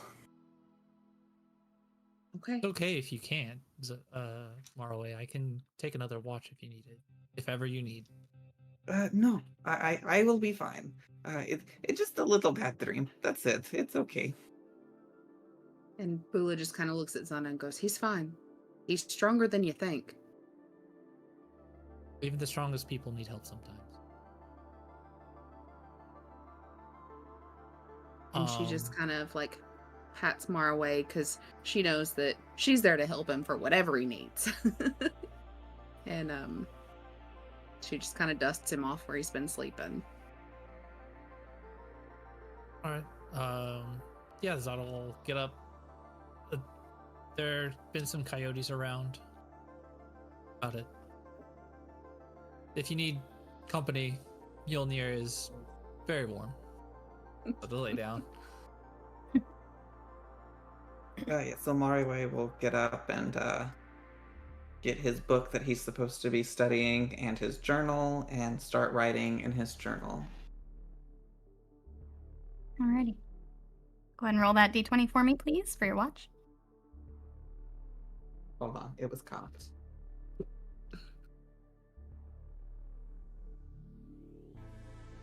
Was that perception? It's just a straight d20 roll. Oh, excellent. It's going to be a 13. Okay. Yeah, it's pretty quiet. You watch the sunrise as you journal, write your dream, write what happened the next day, or the previous day.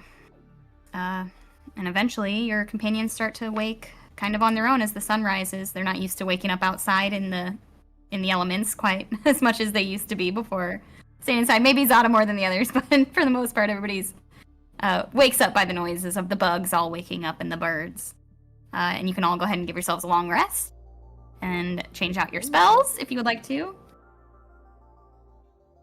as you all wake up and start to prepare for the day. Chiffon gets up and she's like, "Oh, where's the coffee?" There is no coffee on the road. Like we don't have coffee. I should have known. I must get used to the difficult life. Okay.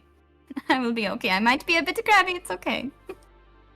Pay me no mind. Bula hands her like a wineskin almost, and says, "Here, this is kind of like coffee, and it's just like straight the like fieriest whiskey ever in this thing." She like sniffs it, gives her head a shake, and takes a very small sip and spits it out and hisses. You are right, Bula. I am awake now.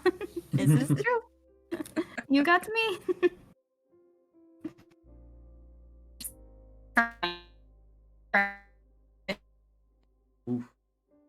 Oh, that's some bad. Bad Oh. internets. Oh, girl. Kira! Come back. Am I No. frozen? Is it me? You are. Oh, There you you're go. back. There you go. You're back now. It's storming here. Sorry, y'all. Got one of them Illinois rainstorms. Oh no. Oh no. Yeah, she's, cleaning herself, brushing her teeth, getting ready for the day. Okay. Anybody need to do anything else before you all take off for the day? Killian will do some early morning calisthenics to get limber. Naturally. You want to spar? Yes, Is it gonna be obviously. Yes. Perfect. I'm gonna grab Chiffon and I'm gonna like sit her down. Get ready. This is going to be a show. Sometimes they do this naked fighting. It's crazy. It's Naked it's- fighting. Completely naked fighting. It's crazy. but it's so I've never cold seen it outside. That's half the challenge. Your Get nipples it could cut glass. I'm worried about them cutting Zada. Yeah, Zada has an advantage right here, doesn't he? Big furry beast. All right, Zada, how do we want? How are we doing this? You want to do a competition or do you want to actually spar? Whatever's gonna get the blood pumping this early morning. You see twin trees. There and there. About 100 yards tall. Just asking to be climbed. Fine then. I feel like I'm at a Does Zada literally disadvantage. have a climbing speed? I'm very much at a disadvantage. I've seen you climb a building. You've also we seen him do. fall from a building. You also see that, This yeah. is true. We could do a regular spa and then do a quick run, get some water for everybody else, some clean water from the stream, so you can get back first and not spill any water. That way, it's kind of a competition. Sure, sounds good to me. Done. Alrighty. We'll do this kind of like we did the first spar, where it'll be kind of a best of 3, blow for blow. We'll do non-lethal damage unless you tell me otherwise. And are you going fisticuffs or are you using any weapons? You can use weapons. My fists are my weapons, so. True. My fists are not my These are- weapons. I got my claws. I will only punch you though. I'm not going to actually hit you with mine. I'll try the new saber that Chiffon gave me, but I'll make sure to just kind of slap you with the blunt end, if anything. All right. As the group healer, these activities stress me a lot. Okay, so I'll have you both roll simultaneous attack rolls, and the higher will hit. Oh yeah, not hitting. Not hitting. Well, I rolled a 10. I rolled a 2. Woo! Yeah, you both take your first lunge, kind of parrying steps, and Killian, you land a blow. What's it look like?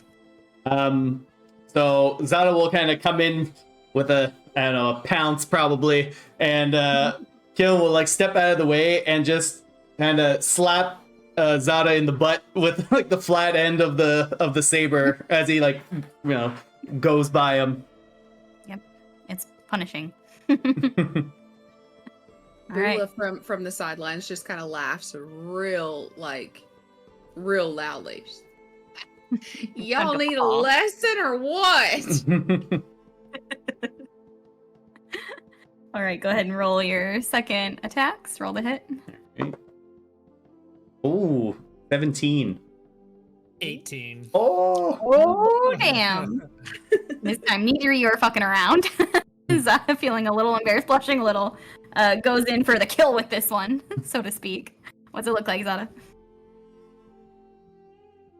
For Zada, it'll probably be like going like a backflip over to him, and then as he's like going behind him, he'll kick off of him to send him flying. Like, Very nice.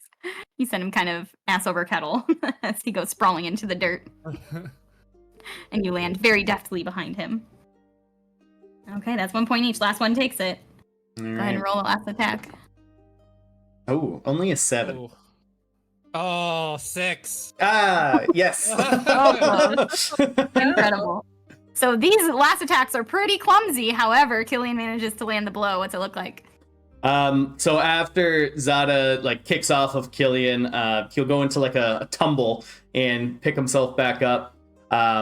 He'll rush in at Zada. I would say he probably like makes like a feint move, and then because Zada's probably expecting him to swipe at him with the sword, he's instead going to sweep the leg like he tried to last night, and maybe trip him up a little bit and kind of knock him on his butt.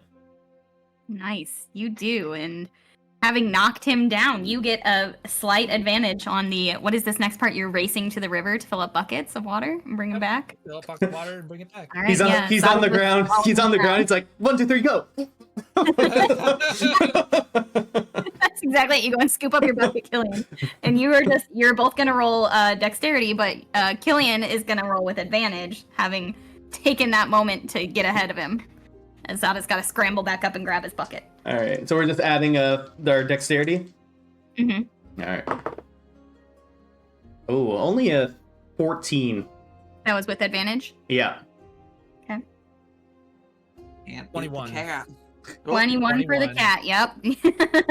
Adding a foot race wasn't any better than climbing. He's on all fours. This is not fair. Yeah, he is. Not He the just goes bucket down itself. all 4. I like He to just think he's like, leaps off trees. I was gonna say, you're like in the trees. Yeah. You are the Black Panther. Parkouring. Yeah, although you had a steady lead from the spar, Killian, Zada just, those long lion legs, they're always gonna outpace you. He manages to make it to the river before you do and make it back to the camp before you do. By the time you get there, he's already kind of cleaning the sloshed water off of his mane. Well, I Chiffon won. is- I won what really mattered, so I'll take that. For now. Gotta do more cardio. Chiffon says, you must do cardio. Did you not see him running through the trees? I cannot do that. I can teach you. Can I also grow claws too to help me do that? We can make you some. I do believe that there's a spell that some of the druids used to do that exact thing. Could make you some. I know there's some thieves' tools that people use that are basically like claws. We'll have to work on that in our spare time. I would love a set of claws. They are very handy. Literally. Knee slapper. Okay. Yeah, Chiffon eventually gets up and tries to help make a little bit of breakfast, but doesn't really know how to cook doesn't know how to cook, period, but especially not over a campfire. She grabs a couple bread rolls out of her bag that she had packed, and she's like, looks at them, looks at the fire, puts them in the fire. Zada's gonna be like, no, because he's no. like. As someone with proficiency in cooking equipment, I'm just gonna like very sneakily like kind of fix all of the little mistakes that she's making and try to like make it to where she doesn't notice that I'm doing it. That's very Zada's kind. gonna point it out. He's gonna be like, no, that's not how you do that. No, don't do that. Hush your No. mouth, go run into more water. She's got to learn. Seraphina tries to help, but it just makes it worse. I Seraphina, believe if you're gonna that help. you humans have a very common saying, too many cooks in the kitchen. Perhaps you could leave and I could get breakfast for everyone. I'll go take care of Mjolnir. He's See, where hungry. I'm from, they say, If you have too many cooks in the kitchen, that just means the biscuits and the gravy are done at the same time. You broke Bobby. And then she just points at Chiffon and she goes, "Don't waste food." No, I've actually heard that before. That just took me to like a whole place. You're welcome. Alrighty, yep. Breakfast is had, and luckily, thanks to Maraway, it's edible. The girls did everything they could not to make it edible, but you're not successful. Maraway is quite proficient. And you have a decent breakfast. It's not what you've gotten used to these last few weeks, but it'll do. It's a good camp breakfast. And you all clean up, load the wagon back up, and begin on your way for your second day of travel. As the sun is rising, a few hours into your walk, Mjolnir stops, has a drink of water. You guys move on a little bit, and eventually, you hear some hoof falls coming toward you from the opposite way of the road.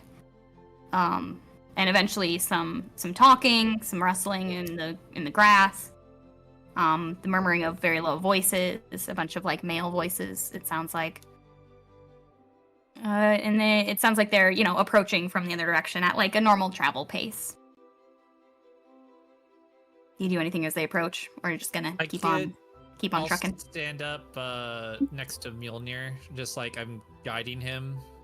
So I'm up in front, and so I can get a good read on them, kind of give a good perception check, maybe a little bit of an insight to see if these guys are hiding anything, see if they're any different, what's their conversations about. Bula kind of takes up are they all coming from one angle? Like they're all coming from yeah, they're all coming like from down the road. Okay. So that's what you can tell just Bula's listening. gonna be on the other side of Mjolnir. Kind of in line with Sada as a front defense. Killian will, depending where Chiffon is, like if she's outside the cart walking at all, like he'll tell her to like, he'll just like kind of lift her and like bring her into the cart. And he'll be there inside with her, just got his equipment just ready to go, just in case anything happens. Can we just say that, Killian, you're going to be driving the cart because no one else is probably going to be doing it, unless Ados is there. The noble has never done anything like that before. It's just got to go straight. It's just got to go straight. That's it. No problem. Never been this close to a mule before. Doesn't want to touch the reins at all. He's like, He thinks it smells. Seraphina, you hold these. They're like ropes. You like ropes? She will cast Mage Hand to hold the reins. Oh no. Oh my god. Okay, with a bunch of you piled on and in this wagon, and some of you walking out alongside Mjolnir on either side, eventually, these strangers come around the view. One of them being a rather tall man riding a horse, a large stallion. You find yourself, they see you coming, they all kind of spread to sort of block the roadway, for lack of a better word, but aren't like drawing weapons or anything. They're just looking a little bit serious. Killian, you take a look and you see, especially the knight on his horse, is wearing the red and black colors of the Protectorate. That, like, cloak that you know so well. And I believe, correct me if I'm wrong, you changed your cloak, right? You're not wearing it around? No, I still have it. Yeah, I'd still have it on. Still have it, yeah, but are you wearing it right now? Probably. If I'm on the road, like, it's just kind of like my traveling, well, it's like my all-purpose cloak. I always have it on.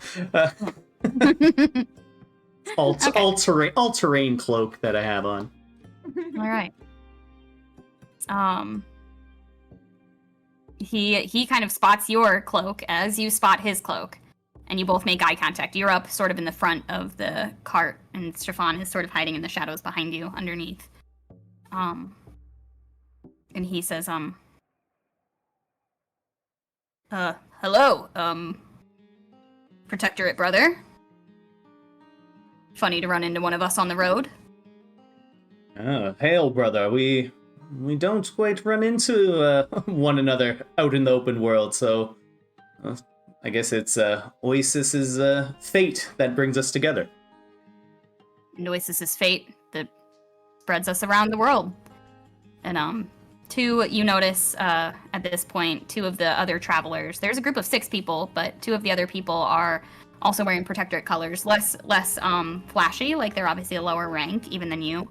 You guess, by the way, they're kind of flanking him on his horse.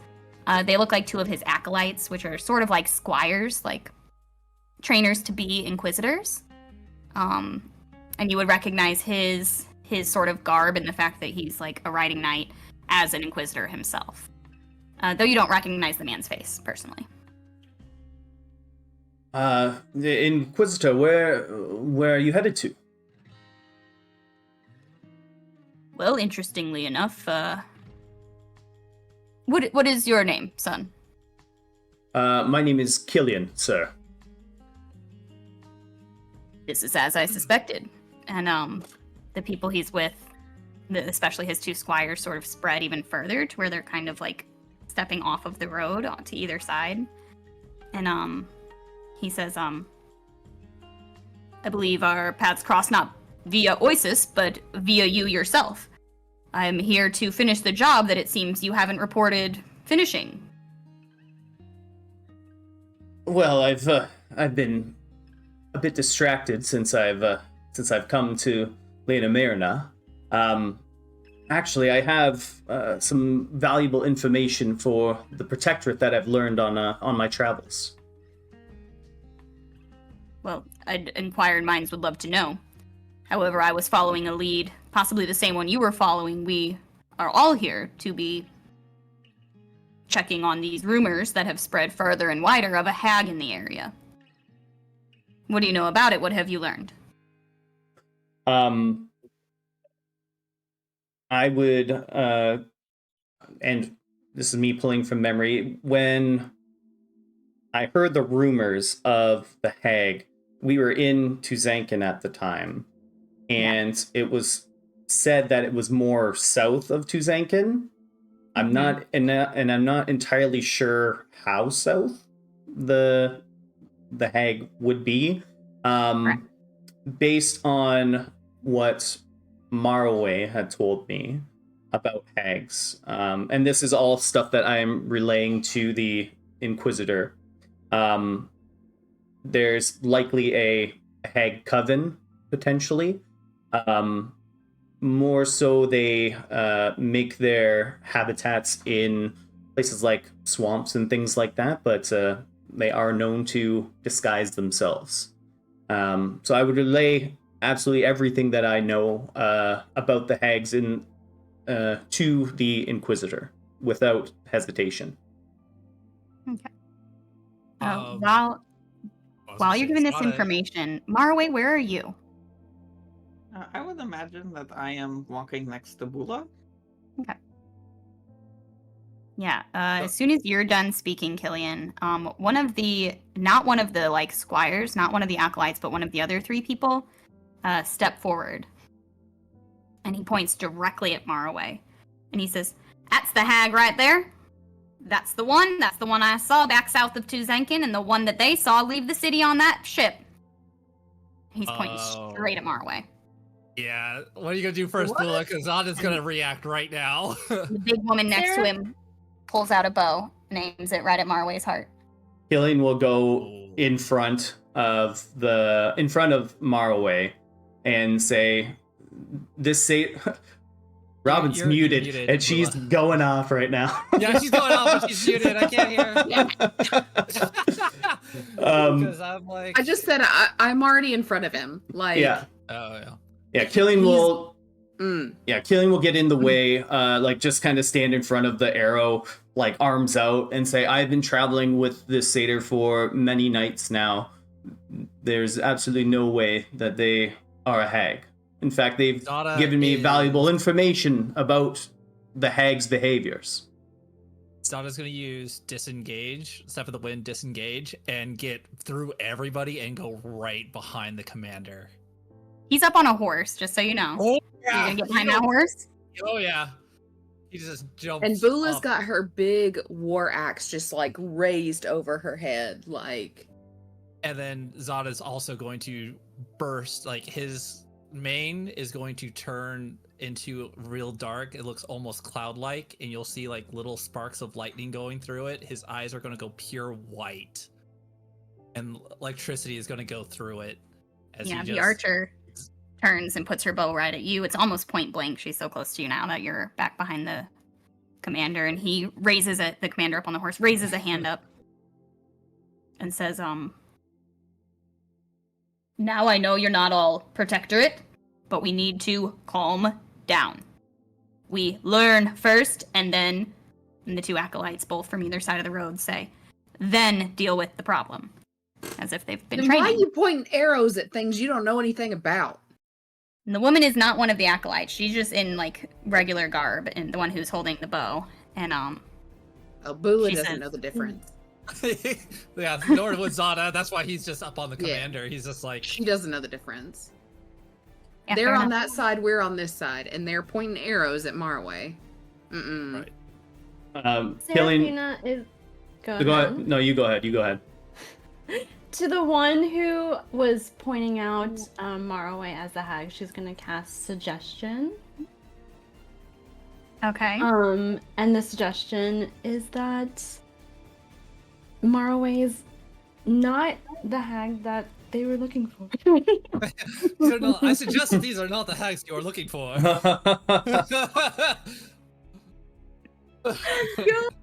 Incredible. Does that take a wisdom roll on my part? Let me take a look. Yeah, you have to you have to make a wisdom saving throw. Okay. You gotta do this right here.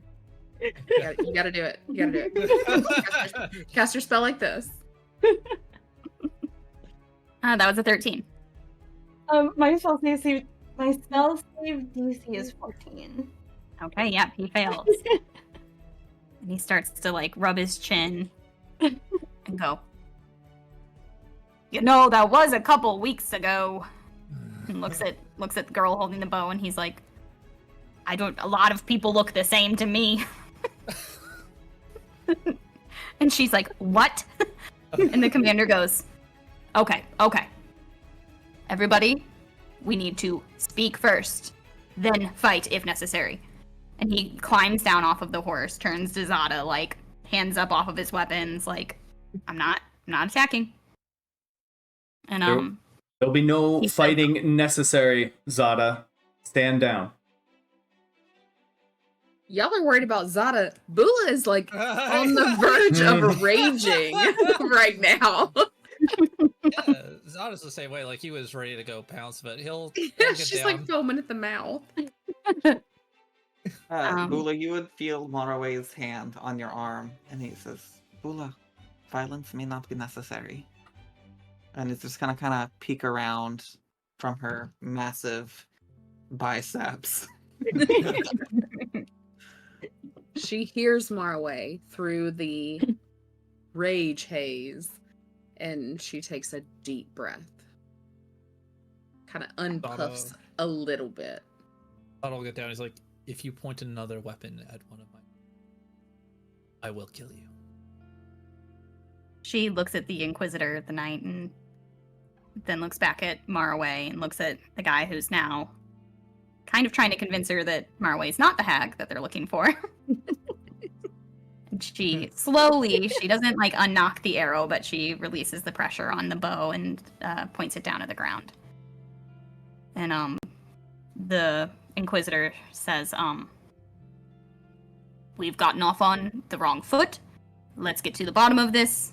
This one doesn't appear to be a hag, but you've just said yourself, Master Killian, that hags will use disguise and fey magic. This one appears to be a fey, if I've ever seen one. But let's have a conversation. If you don't have reason to believe it's a hag, it could be potentially not a hag. However, the fact that we followed the lead here and found you with it, this makes me nervous." He says, "Can we please step off the road away from all of this tension and like looks at Zada and Robin and is like, let's move over here and have a conversation, inquisitor to inquisitor. Donna's gonna look at Killian like, we don't have to do what they say. We can kill him if you want to. I do I not. 100% Do not do that. Yes, just do not do anything. Just stay there and do nothing. And Killian will go off to the side with his inquisitor. Yeah. Bula, we could totally kill them. Act like Colin, act like Eska, come along. The rest of you stand down. And they all fully take their hands off their weapons, following his lead. Oh, I hope I'm not frozen, because now you're all frozen. Oh, We can still hear you. Hear you? Yeah. Your face is frozen. I'll keep talking. And he nods. He says, they're in training, of course. You'll understand if they join this conversation. Of course, of course. He gestures off of the road and sort of takes you, or leads you and the two acolytes back behind some trees. Going to look at either Serafina or Eidos and be like, maybe one of you should go to them. They can maybe they have a caster with them that can strip him of his mind. Serafina will keep her mage hand on the reins and climb down from the wagon and just casually stroll over to their conversation. All right, yeah, you guys just kind of like, are you trying to like stealth, like kind of hide in the trees?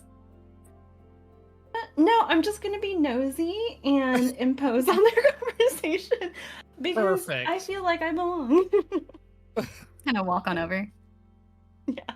Okay, yeah, Killian, you all kind of step off the path into this little trees, and the Inquisitor takes his helm off and lays it down on the ground, and the two acolytes just kind of stand there, hands resting on their hips, and Inquisitor Ryson says, explain to me, what proof you have that this one is not the hag, if it is in fact a fey creature, and has traveled the same path that this hag has been seen. I've been traveling with this satyr for many nights now, and I've gotten to know him fairly well. And when they spoke of the hag and interactions that they've had in the past with hags, they are no fan of hags. In fact, I would say that he is quite terrified of a hag. And based on what he's told me, I see no reason that we should not be equally as terrified of these hags in this area. I know that he is of the Fae, and I've spoken to him at a bit of length about where he's come from. The poor soul has had quite the tragedy befall him, and I feel like I need to be here and help protect him and guide him to where he needs to be. And in exchange, I think if I were to deal with a hag situation, he would feel a little bit more relieved. That's just what I feel like Oasis is guiding me to. It brought us together for a reason. And I hope that that's enough to satisfy you, Inquisitor.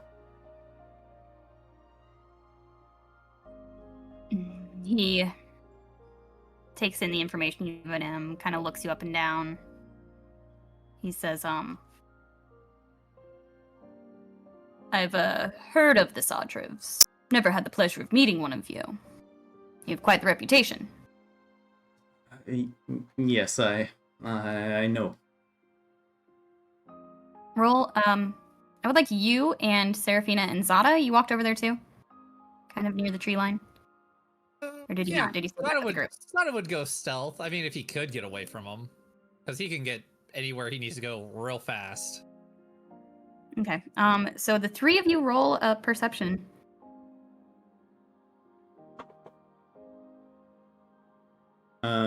Killian got a 12. Serafina got a 3. Good job, Serafina. We Crushing know we it. could count on you. This We is going know. great. It's going great. She has got eyes on everything. Is that my nail? Did I break a nail? I got a what was your roll? 13. I got a 13.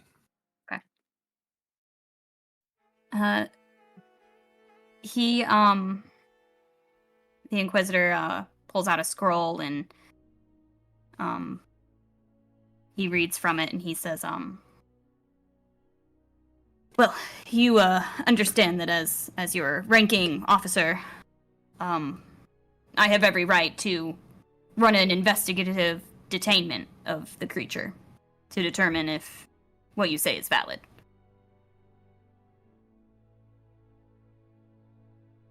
I do understand that, Inquisitor, but As you're saying, you're cut off by the searing pain of a knife in your back.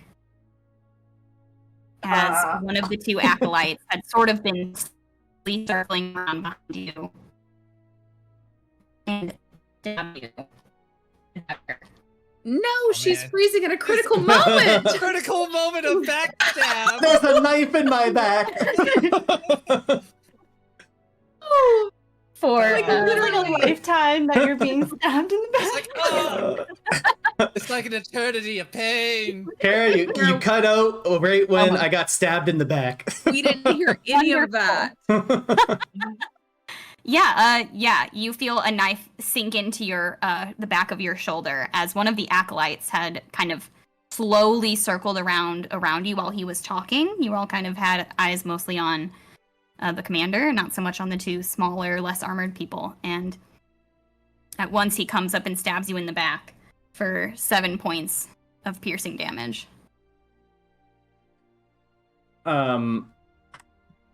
Killian will just kind of shout out in pain, "Whoa, what's the meaning of this?"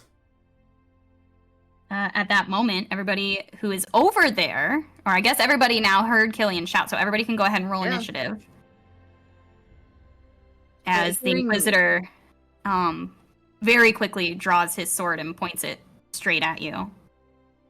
At hearing Killian like cry out in pain, Bula just like whips her head that way and just roars.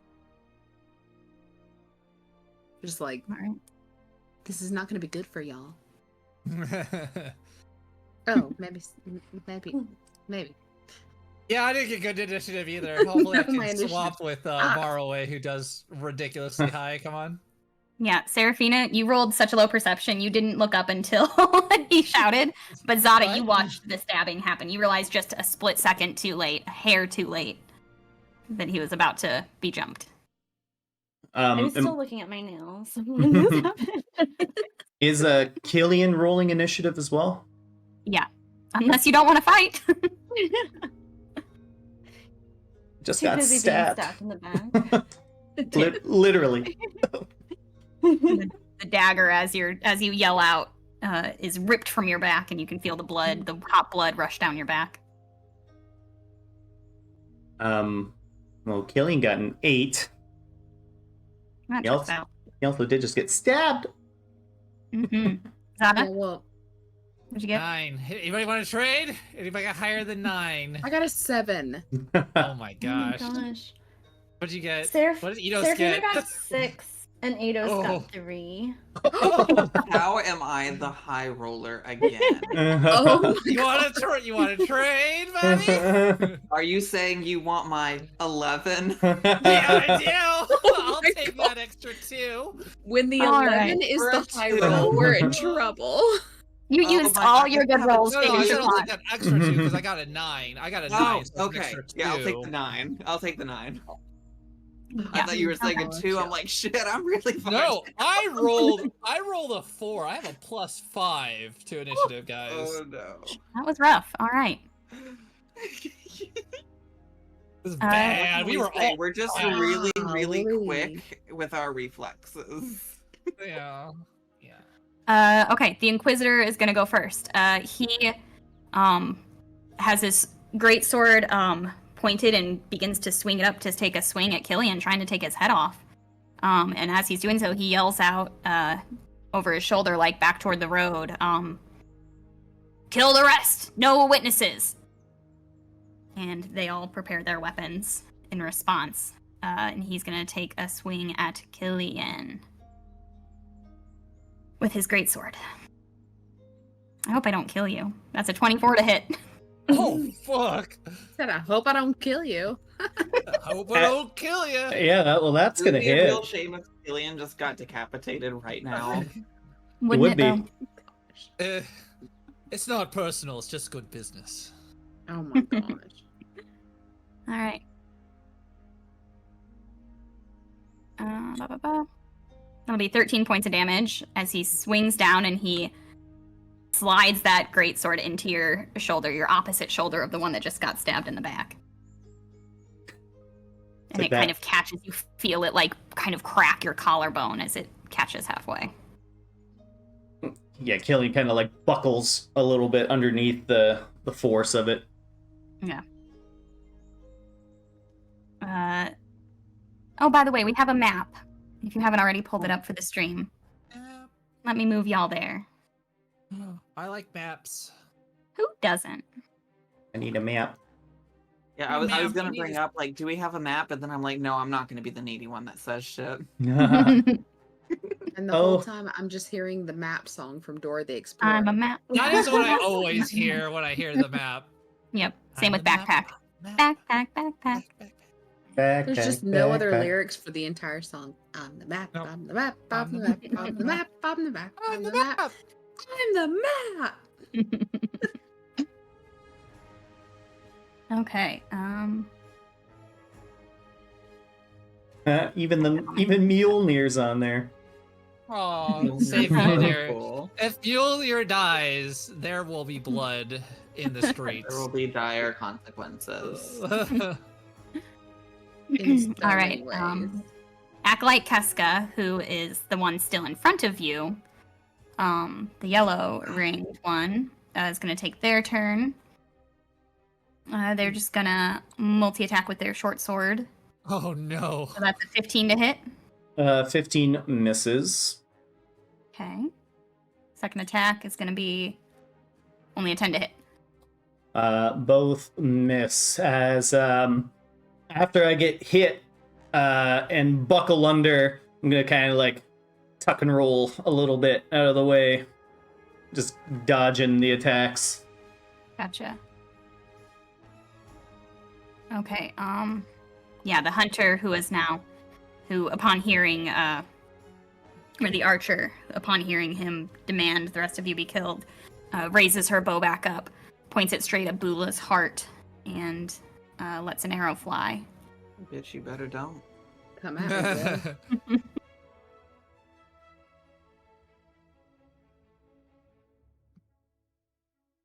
18 to hit. Well, shit.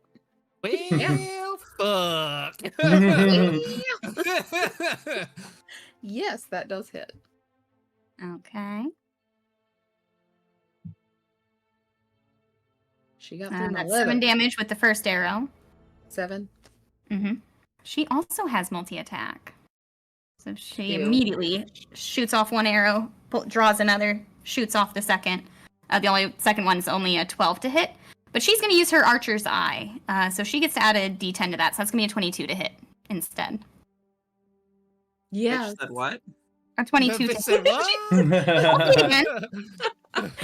what? So that's another 12 damage from that arrow. Oh, freaking golly whoppers. It sucks when you don't have your rage activated yet. Ah, It's the I know. worst. I have to take all that crappy damage. Why is my initiative so low? The You're one a who little just crap. pulled their dagger out of Killian's back is now going to go again. They are going to cast Sacred Flame and bring that fire down upon you. Like the wrath of Oasis himself. What is Go that? ahead and roll. Killian, go ahead and roll a dexterity saving throw. Yep. That's a 18. 18. Okay, you do manage to save. Let me see.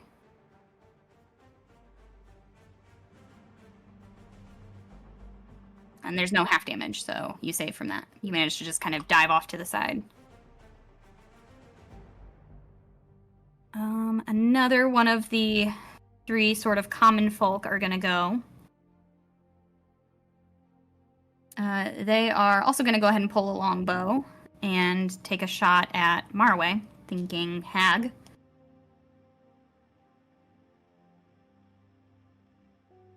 That's a 15, but you do have partial cover behind Bula, so I'll roll with disadvantage. I love that I'm cover. And that was a 6 on the second hit. Okay. Do either of those hit? No, I guess a 6 would hit.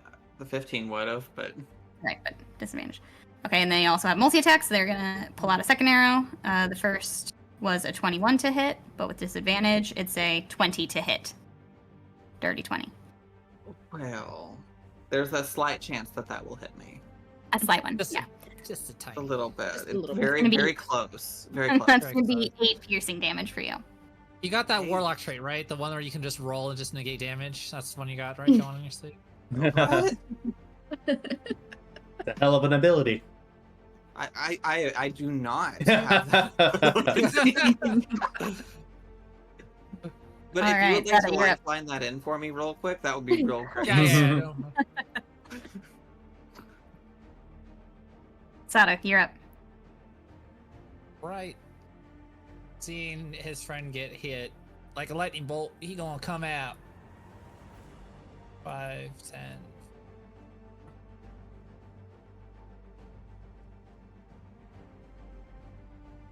40, 45. So I'll get there, and then he's going to use his daunting roar. So he's going to let out a vicious, daunting roar. They all have to make a save. And what about Okay. Killian? Not Killian. He's not. He's a friend. Oh, okay. Oh,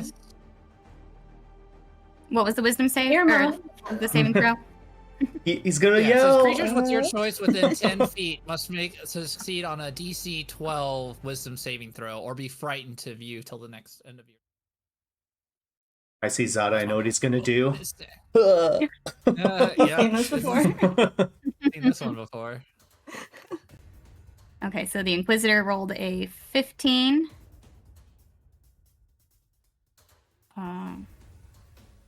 Keska, who's the yellow one, is going to roll a 14. And then Palin, the stabby bastard, was a 19. So they all save, and then I'm going to reach down.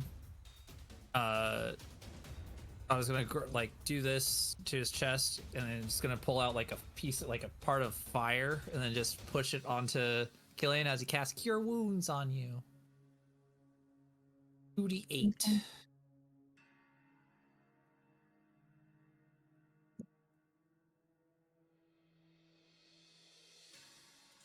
Not great. It's not great. You're gonna get 10 points of healing. All right. That it for you? That'll be it for Zada. Okay. The man who pointed at Marway and seemed to know him, less sure than ever that this is the hag, and not looking like he has any weapons on him whatsoever. He appears to be like a farmer or a miner or something. Yells, "This is not what I signed up for," and takes off running. Get him. I mean,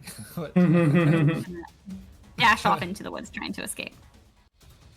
And that's it for him. Marway, you're up.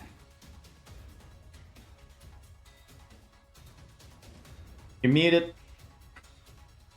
Sorry, I was typing really aggressively.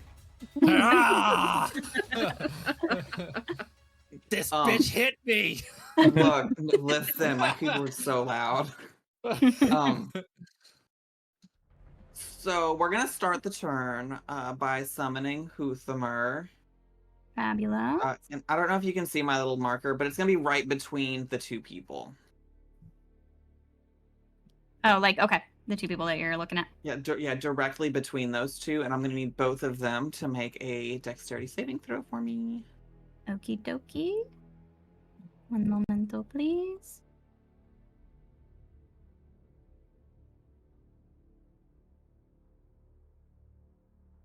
There he is.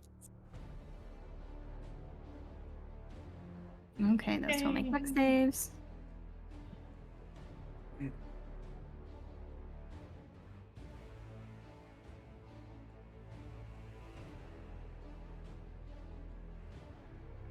That was a 10 for the man. And for the woman, it's an 11. Excellent. So Maraway extends his hand outward, his tattoos turning from purple to a dark blue as lightning flashes onto the ground, and they're both going to take 9 lightning damage. Okay. But wait, there's more. But wait, there's more. Ooh. Directly after that, the tattoos are going to change to a golden hue. And we are going to summon Haven on top of Bula. So the lovely little golden moth will appear. What is my healing for that? I knew I was doing this and I didn't look up the healing of it.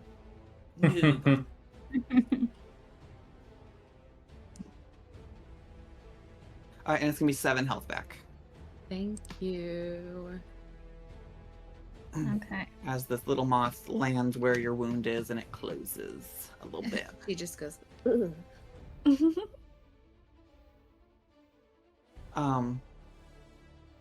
And there's not more. That's it for my turn, as his tattoos fade back to their normal purple. Okay, fabulous. Killian. You're stabbed. You had a great sword planted in your shoulder. What you gonna do? Kind of labored breathing a little bit. Killian will look up to the Inquisitor Ryson and say, "Is this how you train the acolytes to attack a brother?" And Killian will draw the saber off his back and swing at one of the acolytes behind, or the one that stabbed him. Is that the red circle one? Is that the red one? The blue circle one stabbed you. Oh, okay. Is the red one the commander? Okay. Yes, red is commander. Yellow is the female acolyte. The blue is the male acolyte who stabbed you. All right. I'm going to go for the blue one. And as I grab the saber off of my back, it's going to alight with the divine magic of Oasis, and I will slash at that person. Okay, go ahead and roll for that. Okay, that's going to be like, ooh, it's a lot. 26 to hit. That'll hit for sure. Yeah. All right. And that's going to do so 8 damage, but I'm also going to bonus action. I'm going to use a Thundering Smite. So it's got to make a strength saving throw. Okay. And it's going to take an additional, so 6 plus 7 thunder damage. So, sorry, 2, so 8 radiant and then 7 thunder. Okay, that was it. He rolled an 18 on that strength save. All right, so he just doesn't get pushed back, but he still takes the damage. Okay. What was that damage total? I got the 8 original. Yeah, plus 7, so 15. Cool. And that's it. Yeah, in one move you managed to fuck him up pretty good. A little bit of retribution feels a little good. Bula, you're up. all right. So in front of her, there's these two. One of them shot at her, right? These are the archers. Yeah. So, well, yeah, they're both archers. So there's a green one and there's a yellow and green one. Correct. Which one shot at Maraway? I believe the yellow and green one, the orange one. Yeah, he's about to. No, sorry, the green. The The green. Shot at Marway. Yep. And he's already taken a good amount of damage too. All right. She's gonna move 10, 15, 20, 25. All right. She can't get all the way to him. However,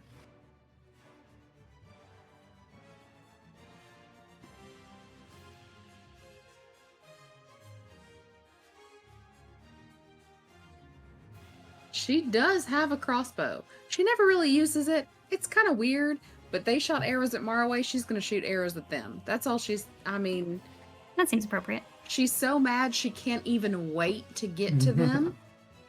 As her first bonus action, she just rages. Uncontrollable. As she does so she starts running toward these archers, and these vines and these flowers just start to like come out below her feet. They're not tripping her, they're not making it hard for her to run, but they're just like amassing around her. Okay. They appear to be about 15 feet around her. Oh, Approximately. Approximately 15 feet around her. Nobody's measuring. Weird. Weird. She's so mad. They're not tripping her up, and she is so angry right now that somebody shot an arrow at Maraway that she doesn't even... it's like she doesn't even see that they're there. She doesn't register it. But they're coming up, and there are these thorny, thick vines and these flowers that are coming out around her feet and just encompassing the area around her. Cool. And she just pulls out that crossbow and just shoots it because she just can't even wait until she gets to them to do damage. She's so angry.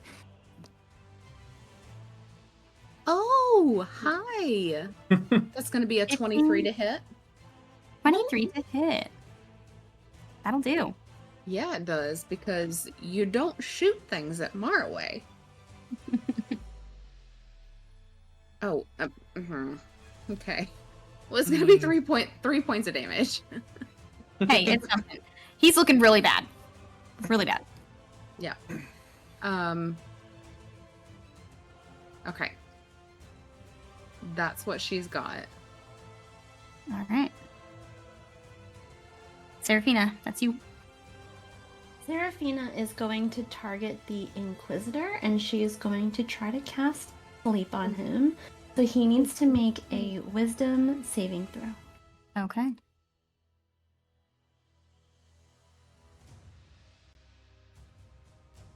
That's a 13. Her spell save DC is 14. Yay! What does that mean? No longer Finally makes any landed. Yay, finally! That wasn't on your friends because you didn't know me before. 2024 rules. Yeah. I'm so excited for you. Tell me what the new spell does. Oh, okay. They're in an incapacitated condition until the end of its next turn. At which point they have to repeat the save. Okay, beautiful. Been on the job. Embarrassing. Incapacitated is just full crits, and I love crits. Does not have a sleep condition, so we'll just pop a random color on him so I remember. Okay, he's snoozing. Okay. Anything else from you? That is it for me. And Seraphina is very excited behind these bushes, just by herself, celebrating. Wonderful. Okay, Chiffon is going to finally come out of the wagon.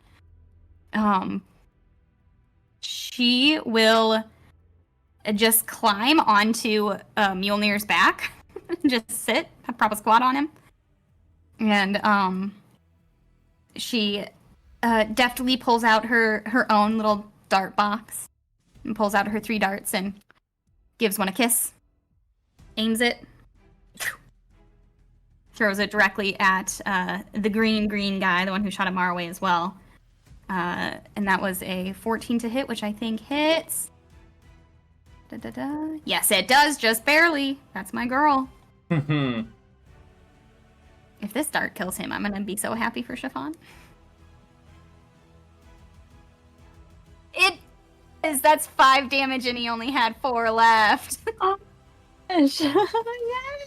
Yay. They grew up so fast. Plops down on Mjolnir, which she's such a small little tabaxi that he looks like a full horse for her. And she aims this dart, bullseye right in his eyeball. And he goes like a board, falls back onto the ground. And she goes, "Oh my goodness, yay!" He is a nerd. Okay. Does she have any bonus actions I want to use? It's funny to play on your side in combat.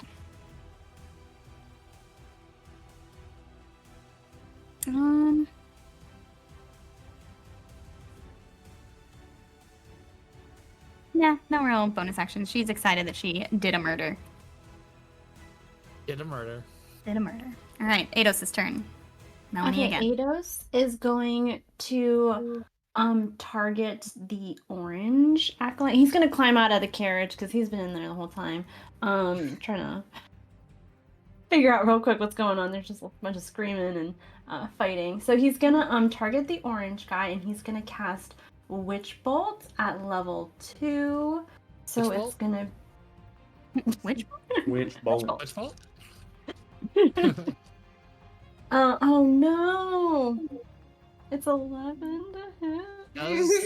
He does have a seeking spell where he can use Okay. his sorcery points to do another roll. I would like to do that, and hold on. It's a meta magic, some might say. Okay, I see it. Mata Okay. magic. You can spend 1 sorcery point. Yes, I would like to do that. I would like to do that. Hold on, let me mark that down. 10. Can I do This one is more? on Can I do par. one more?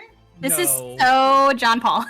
It is John Paul. He just you can only do seeking spell once, so Oh it's my only gosh, one. I'm sorry. I'm sorry, guys. It's pretty on par. It's pretty on Sorry, par. this John was Paul. literally exactly how John Paul would have played it. Yeah. I'm sorry. Could not be more accurate. This was more accurate than my Bula was.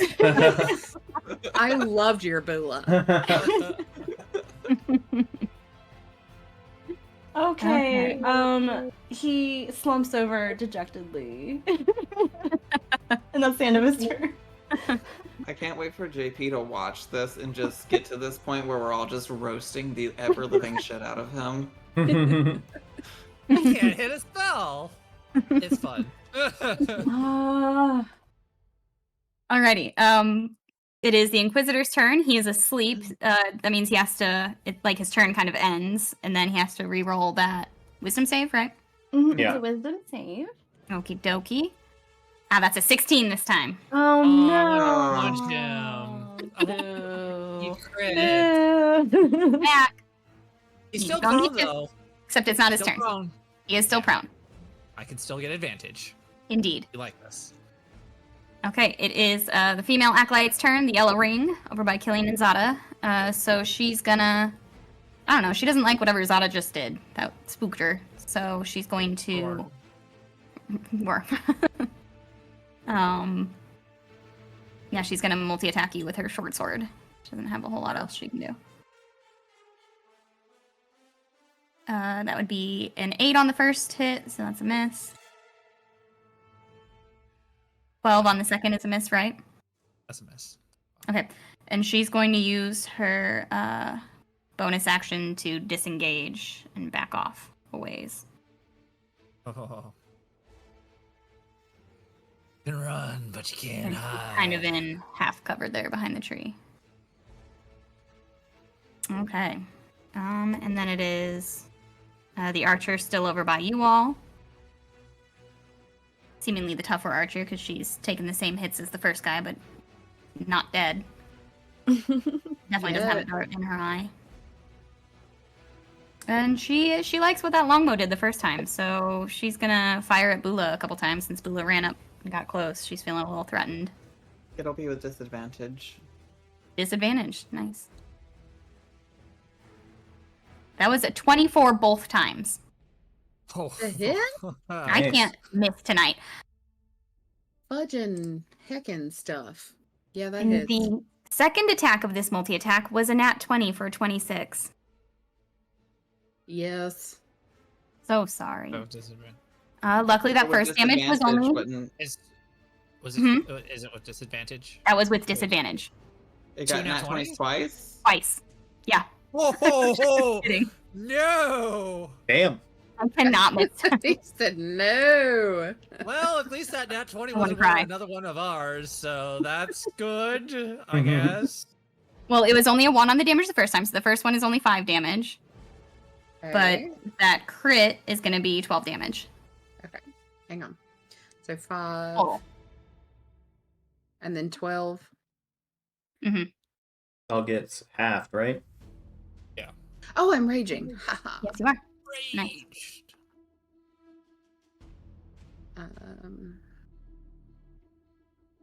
Okay. Alrighty. A paper cut. I'm pissed. Well, it's like, you still gonna die. That you still gonna die.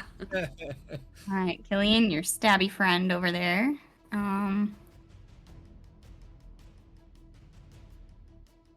They're going to cast...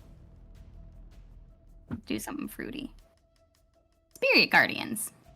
Oh no. Damn. Huh. Not that one. That one hurts. Yeah. I don't like that. You don't want to fight the Protectorate.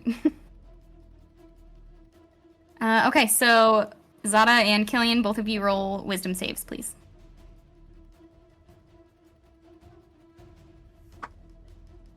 Uh, 19 for Killian. Okay. Yep.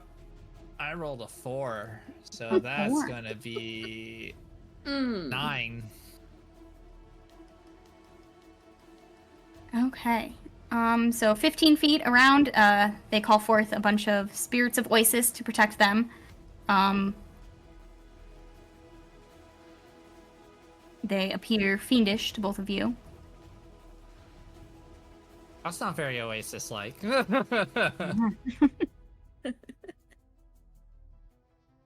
For that failed save for Zada, you're gonna take... See, it's too dark in here.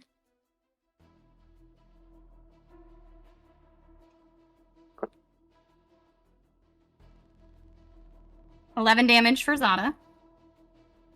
And so that's gonna be 5 for Killian.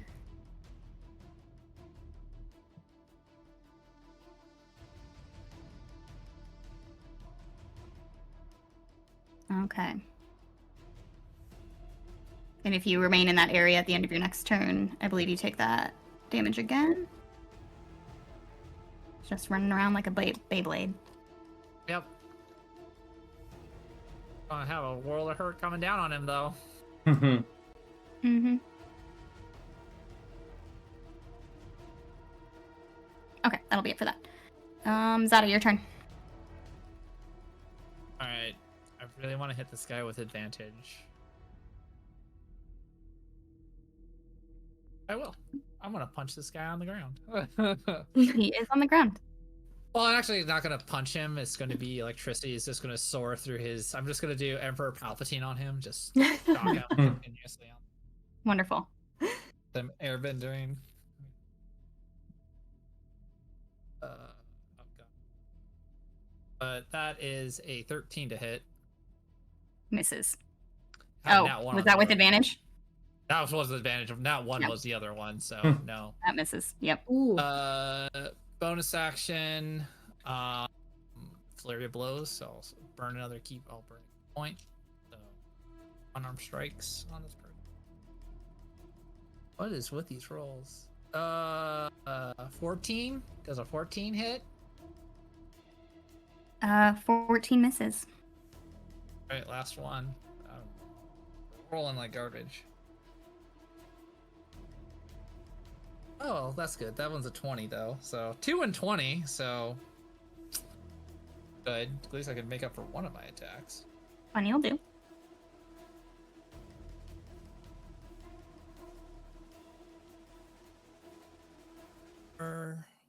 So max damage on a d20, right? Or are we just doing double? What are we doing again?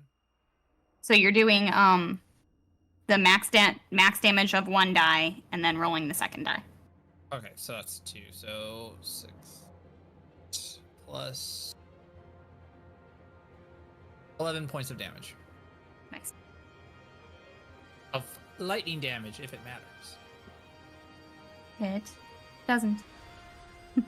Cool. I love the amount of group members we have that are just really hard leading into this lightning shtick. Yes! Lightning's really cool. Adis literally wears a lightning belt. You're into it.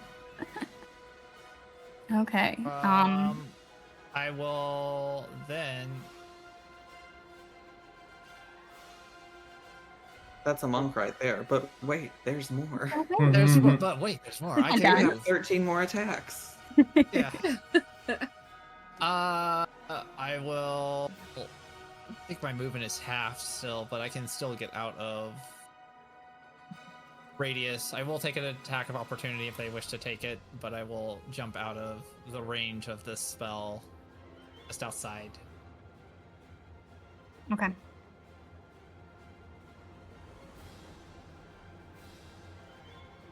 Yep, 40. for that opportunity attack.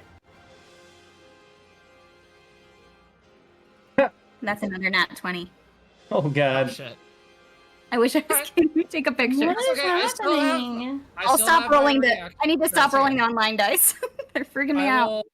I will use my reaction to deflect blow. So I Okay. some of this damage. So it's a D10 plus 6.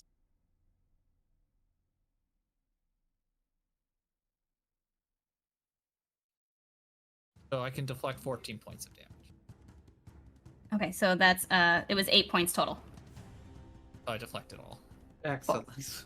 Don't have that again, but I'm done with these online dice. Don't want to kill him all. And I will if that's I okay. have I to. deflected it. I deflected sure did. that 20. Okay, but then the other one gets an opportunity attack too, so let me do theirs real fast. It's on the ground, so you have disadvantage. What's Yeah. that?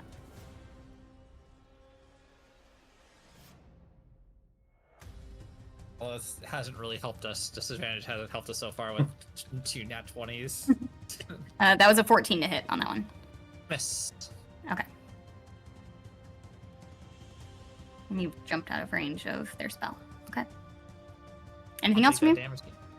Oh, that's it. That's my bonus action, my action, and my movement. That's all of it. All right. The guy who yelled, "It's a witch!" continues running off the map. Marwa, your Yeah, turn. he does.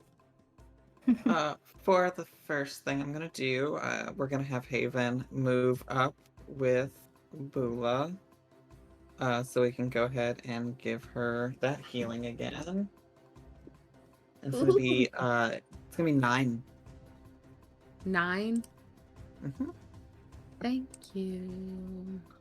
Maraway is also gonna move up just a little bit.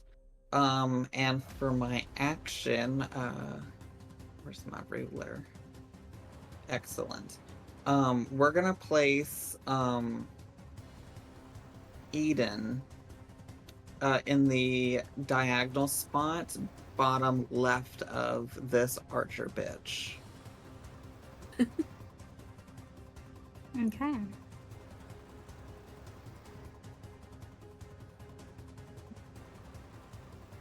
Far away, the Fey Why don't I Pokemon have trainer.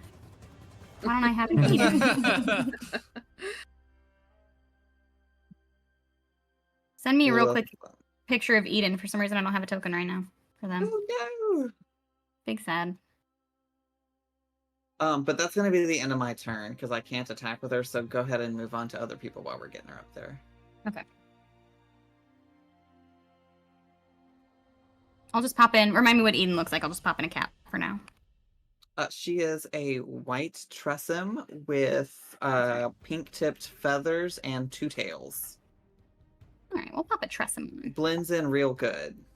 And you're putting them down to like the bottom right of orange token of the archer. Bottom left. Bottom So left. closer to where Bula will end up. Okay. 10-4. Alrighty, Killian, you're up. Killian is going to continue swinging at the one that casts Spirit Guardians. Okay. So that's a 20 to hit. Non-natural 20, but a 20 to hit. That hits.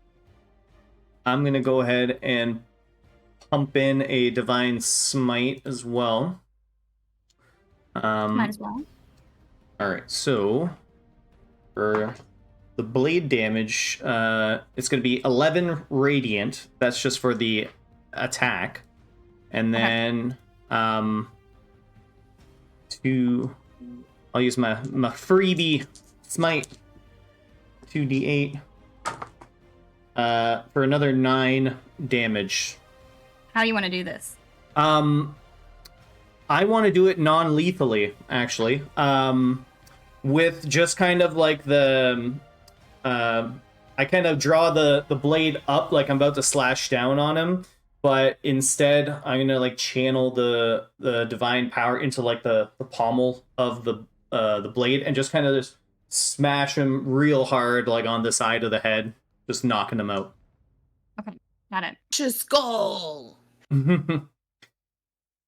All right, and then I will kind of just prepare myself for this guy, the Inquisitor. Yes. Bula, you're up. All right. So Bula's going to continue on to this fella's face. Or no, you said it was a girl. This chick fella's face. She's gonna straight up pull out her great axe. You don't send sharp things at me or Maraway and hope to live. So it's going to be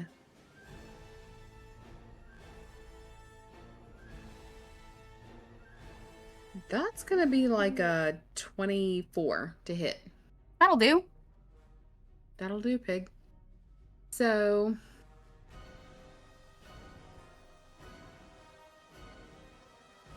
oh, why is my damage suck so bad? Okay. Feel you. So that is going to be a 7 damage. 7 damage? Okay. However, that's the only one around us, isn't it? Yeah. Of course it is. Got a dead body and a runaway. A dead body and a runaway doesn't do me any good. I can't do extra damage on those things. Okay. Well, I did the thing. You did the thing. Alrighty. Seraphina, that's you. Seraphina is going to target the Inquisitor, and she's going to cast Eldritch Blast. Alrighty. See? Oh my god. 9.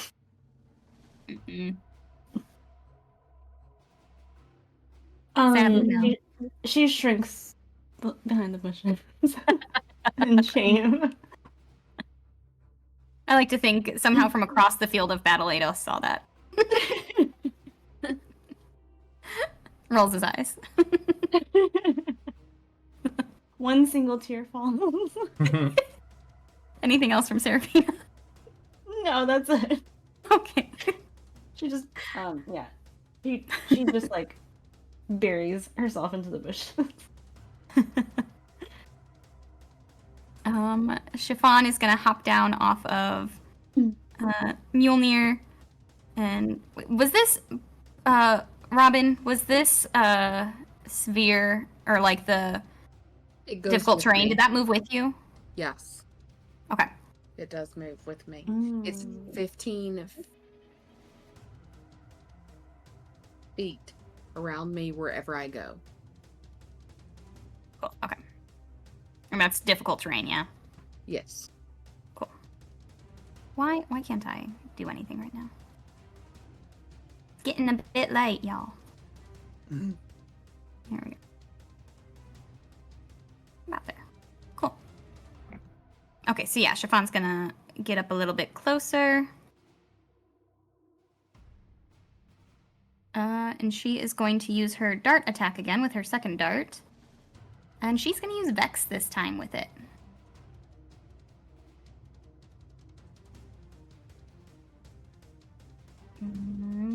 That's a 14 to hit. Which I guess that's me. Mhm. Let me see. She misses.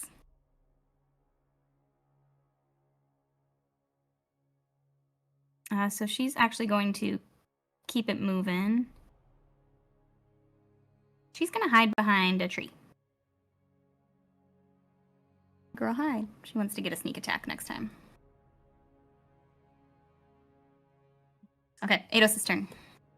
Eidos is going to again try to cast Witch Bolt at the second level. Okay. Oh my god. Oh no! It's like John Paul's cannot here. wait for JP to get back with no spell slots and What no is- sorcery points. What are you talking about? JP's right here. Right here. You're rolling. Oh, hold on. I want to do the thing. I'm gonna use Speaking my my last sorcery point. And I'm gonna do it again. It's gonna be good. I'm so happy. Please be a one. Just Just let him take a nap. You can just take a nap. Remember that Wow. pouting eating cheese that Serafina did once? I was just gonna say he's looking around for a cheese cart. I'm done. Oh my god, yeah. Yeah. That checks out. Alright, cheese. It's the Inquisitor's turn, and God, he doesn't think it's looking very good for him, but he's still up. He's gonna go ahead and make a couple swings at Killian. He's gonna use half his movement to stand up. Oh, finally, I'm not rolling like crazy. That was the first hit was a 10. Second hit was only a 9. Hey. Kind of starting to Parry. falter a little bit. Block, block. All right. It is the mage's turn. I think. I keep getting them mixed up. No, it's not the mage. It's the other archer. So they are going to also try and multi-attack Killian. They're gonna come back out from behind this bush and take a couple shots with their crossbow. First one is a 13 to hit. Nope. Second one is a 23 to hit. That one will hit. That's only 4 damage. Alright. Get him. Okay, now the archer back with all of you. Now that she's in close proximity, she's gonna have to get a little bit creative. She's gonna multi-attack with her short sword instead. Pulls that out. Swinging at Ula. That's a 24 for the first hit. Well, yes. That one comes with 6 damage. Okay. That's not halved yet, right? Correct. So it'll be 3 damage total since you're raging. The second one was only an 8 to hit. Oh, heck no. Hecka no. Okay. They don't have any kind of Okay. Zada, your turn.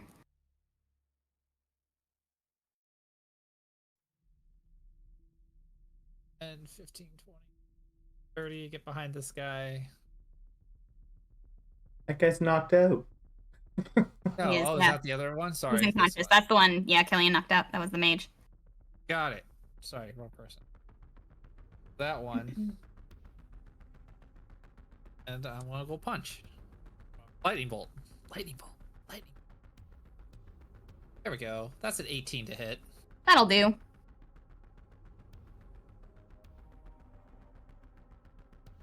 Eight points of damage. Okay. My last focus point. Flurry of blows. A few more. 20 to hit.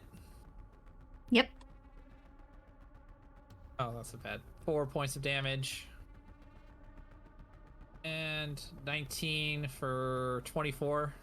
Yep. There we go, Zada. This is what we're supposed to do, buddy. That's 6, so that's 9 points of damage. All right. Starting to look a little rough.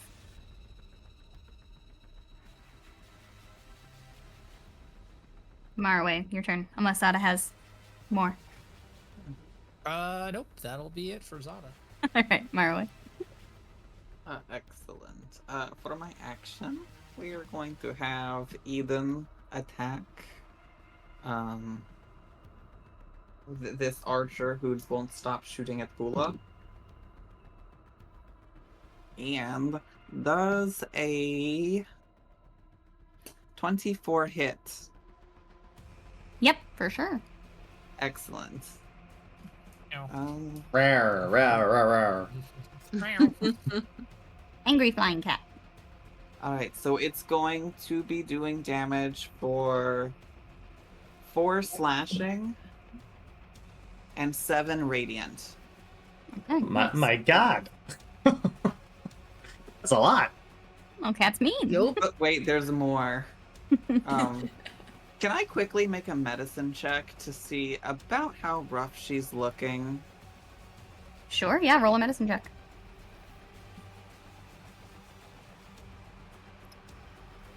Would a 27 get me anywhere good? Oh, Sure shit. would.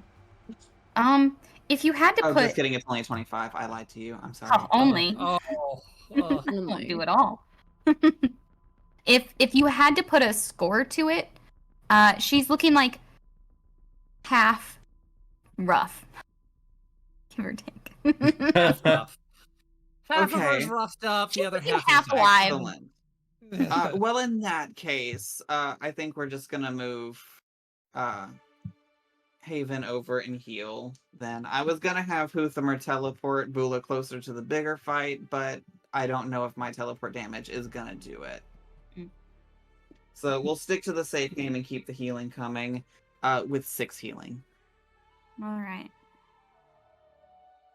6 healing to who? Me? To you, yes, of course. Yeah. To you. Yeah, yeah. And I'm gonna start making my way downtown, Walking fast? moving fast. Faces pass. These rocks passed, and I'm Killian bound. Na-na-na-na-na. And now And he heals you. And that's gonna be the end. All right. Killian, they miss you. They need you. What are you gonna do? He's coming to heal you. Yeah. All right. Killian is going to tag team this guy with Zada here. So I'm gonna roll to attack. All right. Seraphina's watching from the bushes. Serafina pulls out one of those, like, the opera glasses. It's like the little binoculars on a stick. 22 to hit. It's All right. you're going for the Inquisitor, right? Yeah. Okay. All right, so that's gonna be only 7 radiant, but I'm also gonna divine smite as Okay. well. All right, so 7 plus 9, so 16 radiant damage total. All right. He's looking real bad. He goes down to a knee. All right. Last thing I'll do is tell Zada very seriously, serious face, Serious face. do not kill him, just knock him unconscious.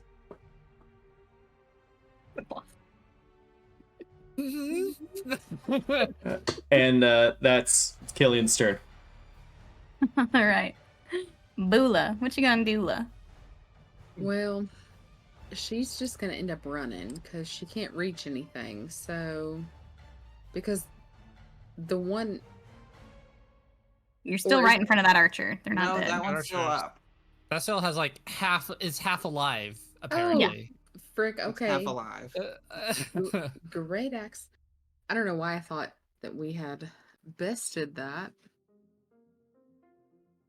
You had tried. Oh, Yeah. Yeah. There we that go. makes it Yeah. a 27. That'll do. Wow. Yeah, that's Oh, right. that's gonna That'll be do. That'll do. Great Now, axe damage. Give me that can great axe. my damage actually do something? We'll see. You Yes. Still get 12.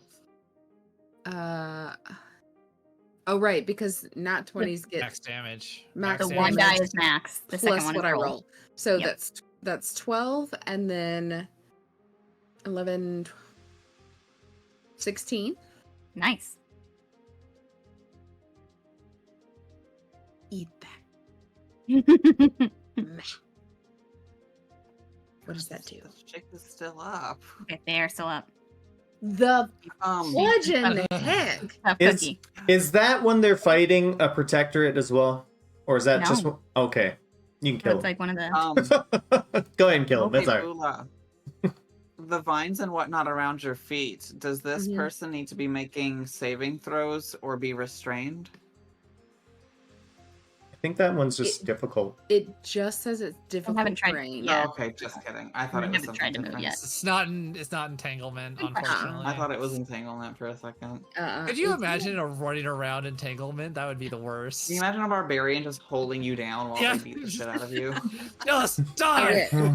I wish, but no. Terrifying and enthralling. Unfortunately, no. So I lost half my map. Stupid. Wait. Ah, there we go. Okay. Why is it not dead? Because they Hang on. have HPs. Why won't you die? Almost Mhm. like they've been getting stronger as you have. What? I know. Weird. Fudge. Okay. So there's not a second creature. No. Not one that's alive. Yeah, they have to be alive. So I mean, You you don't could have to still do hit. No, I'm volume. just kidding. I can hit a corpse. No, that's it then. Alrighty. That Serafina. does it. Seraphina is going to target the Inquisitor with an Eldritch Blast. No, she's Oh not. no. No, No. She'll put away her opera Uh, glasses and just bury herself deeper in these bushes, and you can't see her anymore. Okay. Chiffon's turn. The darts have been working well, and this time she has sneak attack on her side, so she's gonna throw her third dart.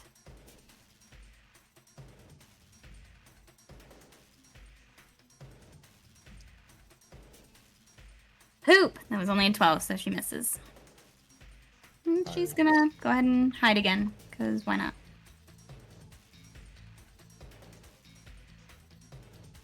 Eidos. Okay. Eidos is gonna try something different. So he cracks his neck, and he's gonna cast Thunder's a up. chromatic orb at the 2nd level. And with a swoosh of his cape, he's gonna. Oh My heart hurts for JP right now. Boy. He gets caught in the swoosh of his cape. Wraps around his face.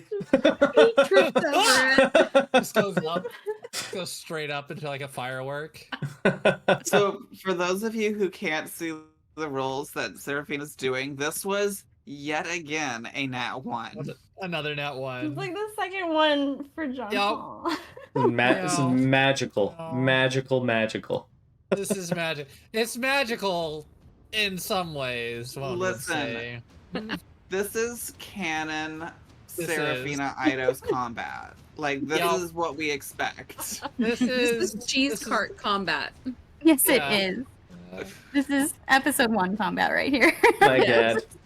The highest Dude, roll was over a and 5. You know what? Seraphina Oh my just needs to God. have like a roll of cheese or some cheese nips next to her, so when she gets like snatched, she just starts eating them. Yeah. If anyone needed to take the lucky feat, I feel like it was Seraphina. And Eidos. Yeah. Oh boy. Yeah. All right. I think that's the end. All That's right. just the end. Eidos. He Incredible. just lays down on the ground. It's just Fetal done. position crying. Yeah, fetal position. Tries not to cry. Cries anyways. He comes. JP comes back. Oh, by the way, I killed your character. Oops. And the All right. part is I killed him myself on accident. Panting and driven to his knees, the Inquisitor in front of you, Killian, pulls his sword as he's gonna make another attack. And he looks you in the eye and he says, "Traitors of Cordia will not survive what comes." And instead of stabbing for you, he turns his sword on himself and falls onto his own blade, which pierces him right through the base of his neck. Killian will kind of try to reach out to stop him, but unsuccessful. And the surviving acolyte standing over to the side immediately bolts off running You're Into the woods. out of sight. Mm. Mm-mm. Oh, you're not getting away from No, Zada. no. Crazy eyes over here. Well, they've made it 60 feet into the woods, so you'll have to find them. So if you want to, the archer doesn't know what's happening, so we can say you all keep trading blows over in the other section while Zada goes and chases off after that other acolyte. Oh, Zada's on the hunt. Okay. But we're gonna leave everybody in suspense and call it here tonight as the Inquisitor gurgles his last breath on the ground in front of Killian. And the archer slowly realizes she needs to stand down as she's now greatly outnumbered. And the mage, or the acolyte, takes off into the woods. You're gonna have to outrun 45. Oh man, I can go up to 120. You're gonna have to outrun and 130. hide from you. Nope, but have to that- outhide me. Can't outrun me. Gotta outhide me. But that is where we're gonna call it for tonight, my friends. Because it's Ser- late. Seraphina and Eidos did a combined damage of 0. You landed sleep though. Win. Yay! Maybe I want to point something out though. Sleep is a saving throw on them. Seraphina had nothing to do with the success of this spell. I like to think Way to Glitterbell shoot is her just like, down. fast asleep inside the wagon. Oh god, okay. Wow, what an episode, y'all. Thank you everybody for watching. Thank you, players. What a treat, what a joy, what a dream. We will be back this time next week for episode 16. Come find out what the heck happens with these protectorates and Killian and Marway, possibly the hag they were looking for. We'll see you all in a We're week. gonna have a police chase scene. So I was gonna Police get 'em. chase. Don't worry. Bye everybody, be safe, go vote. Bing.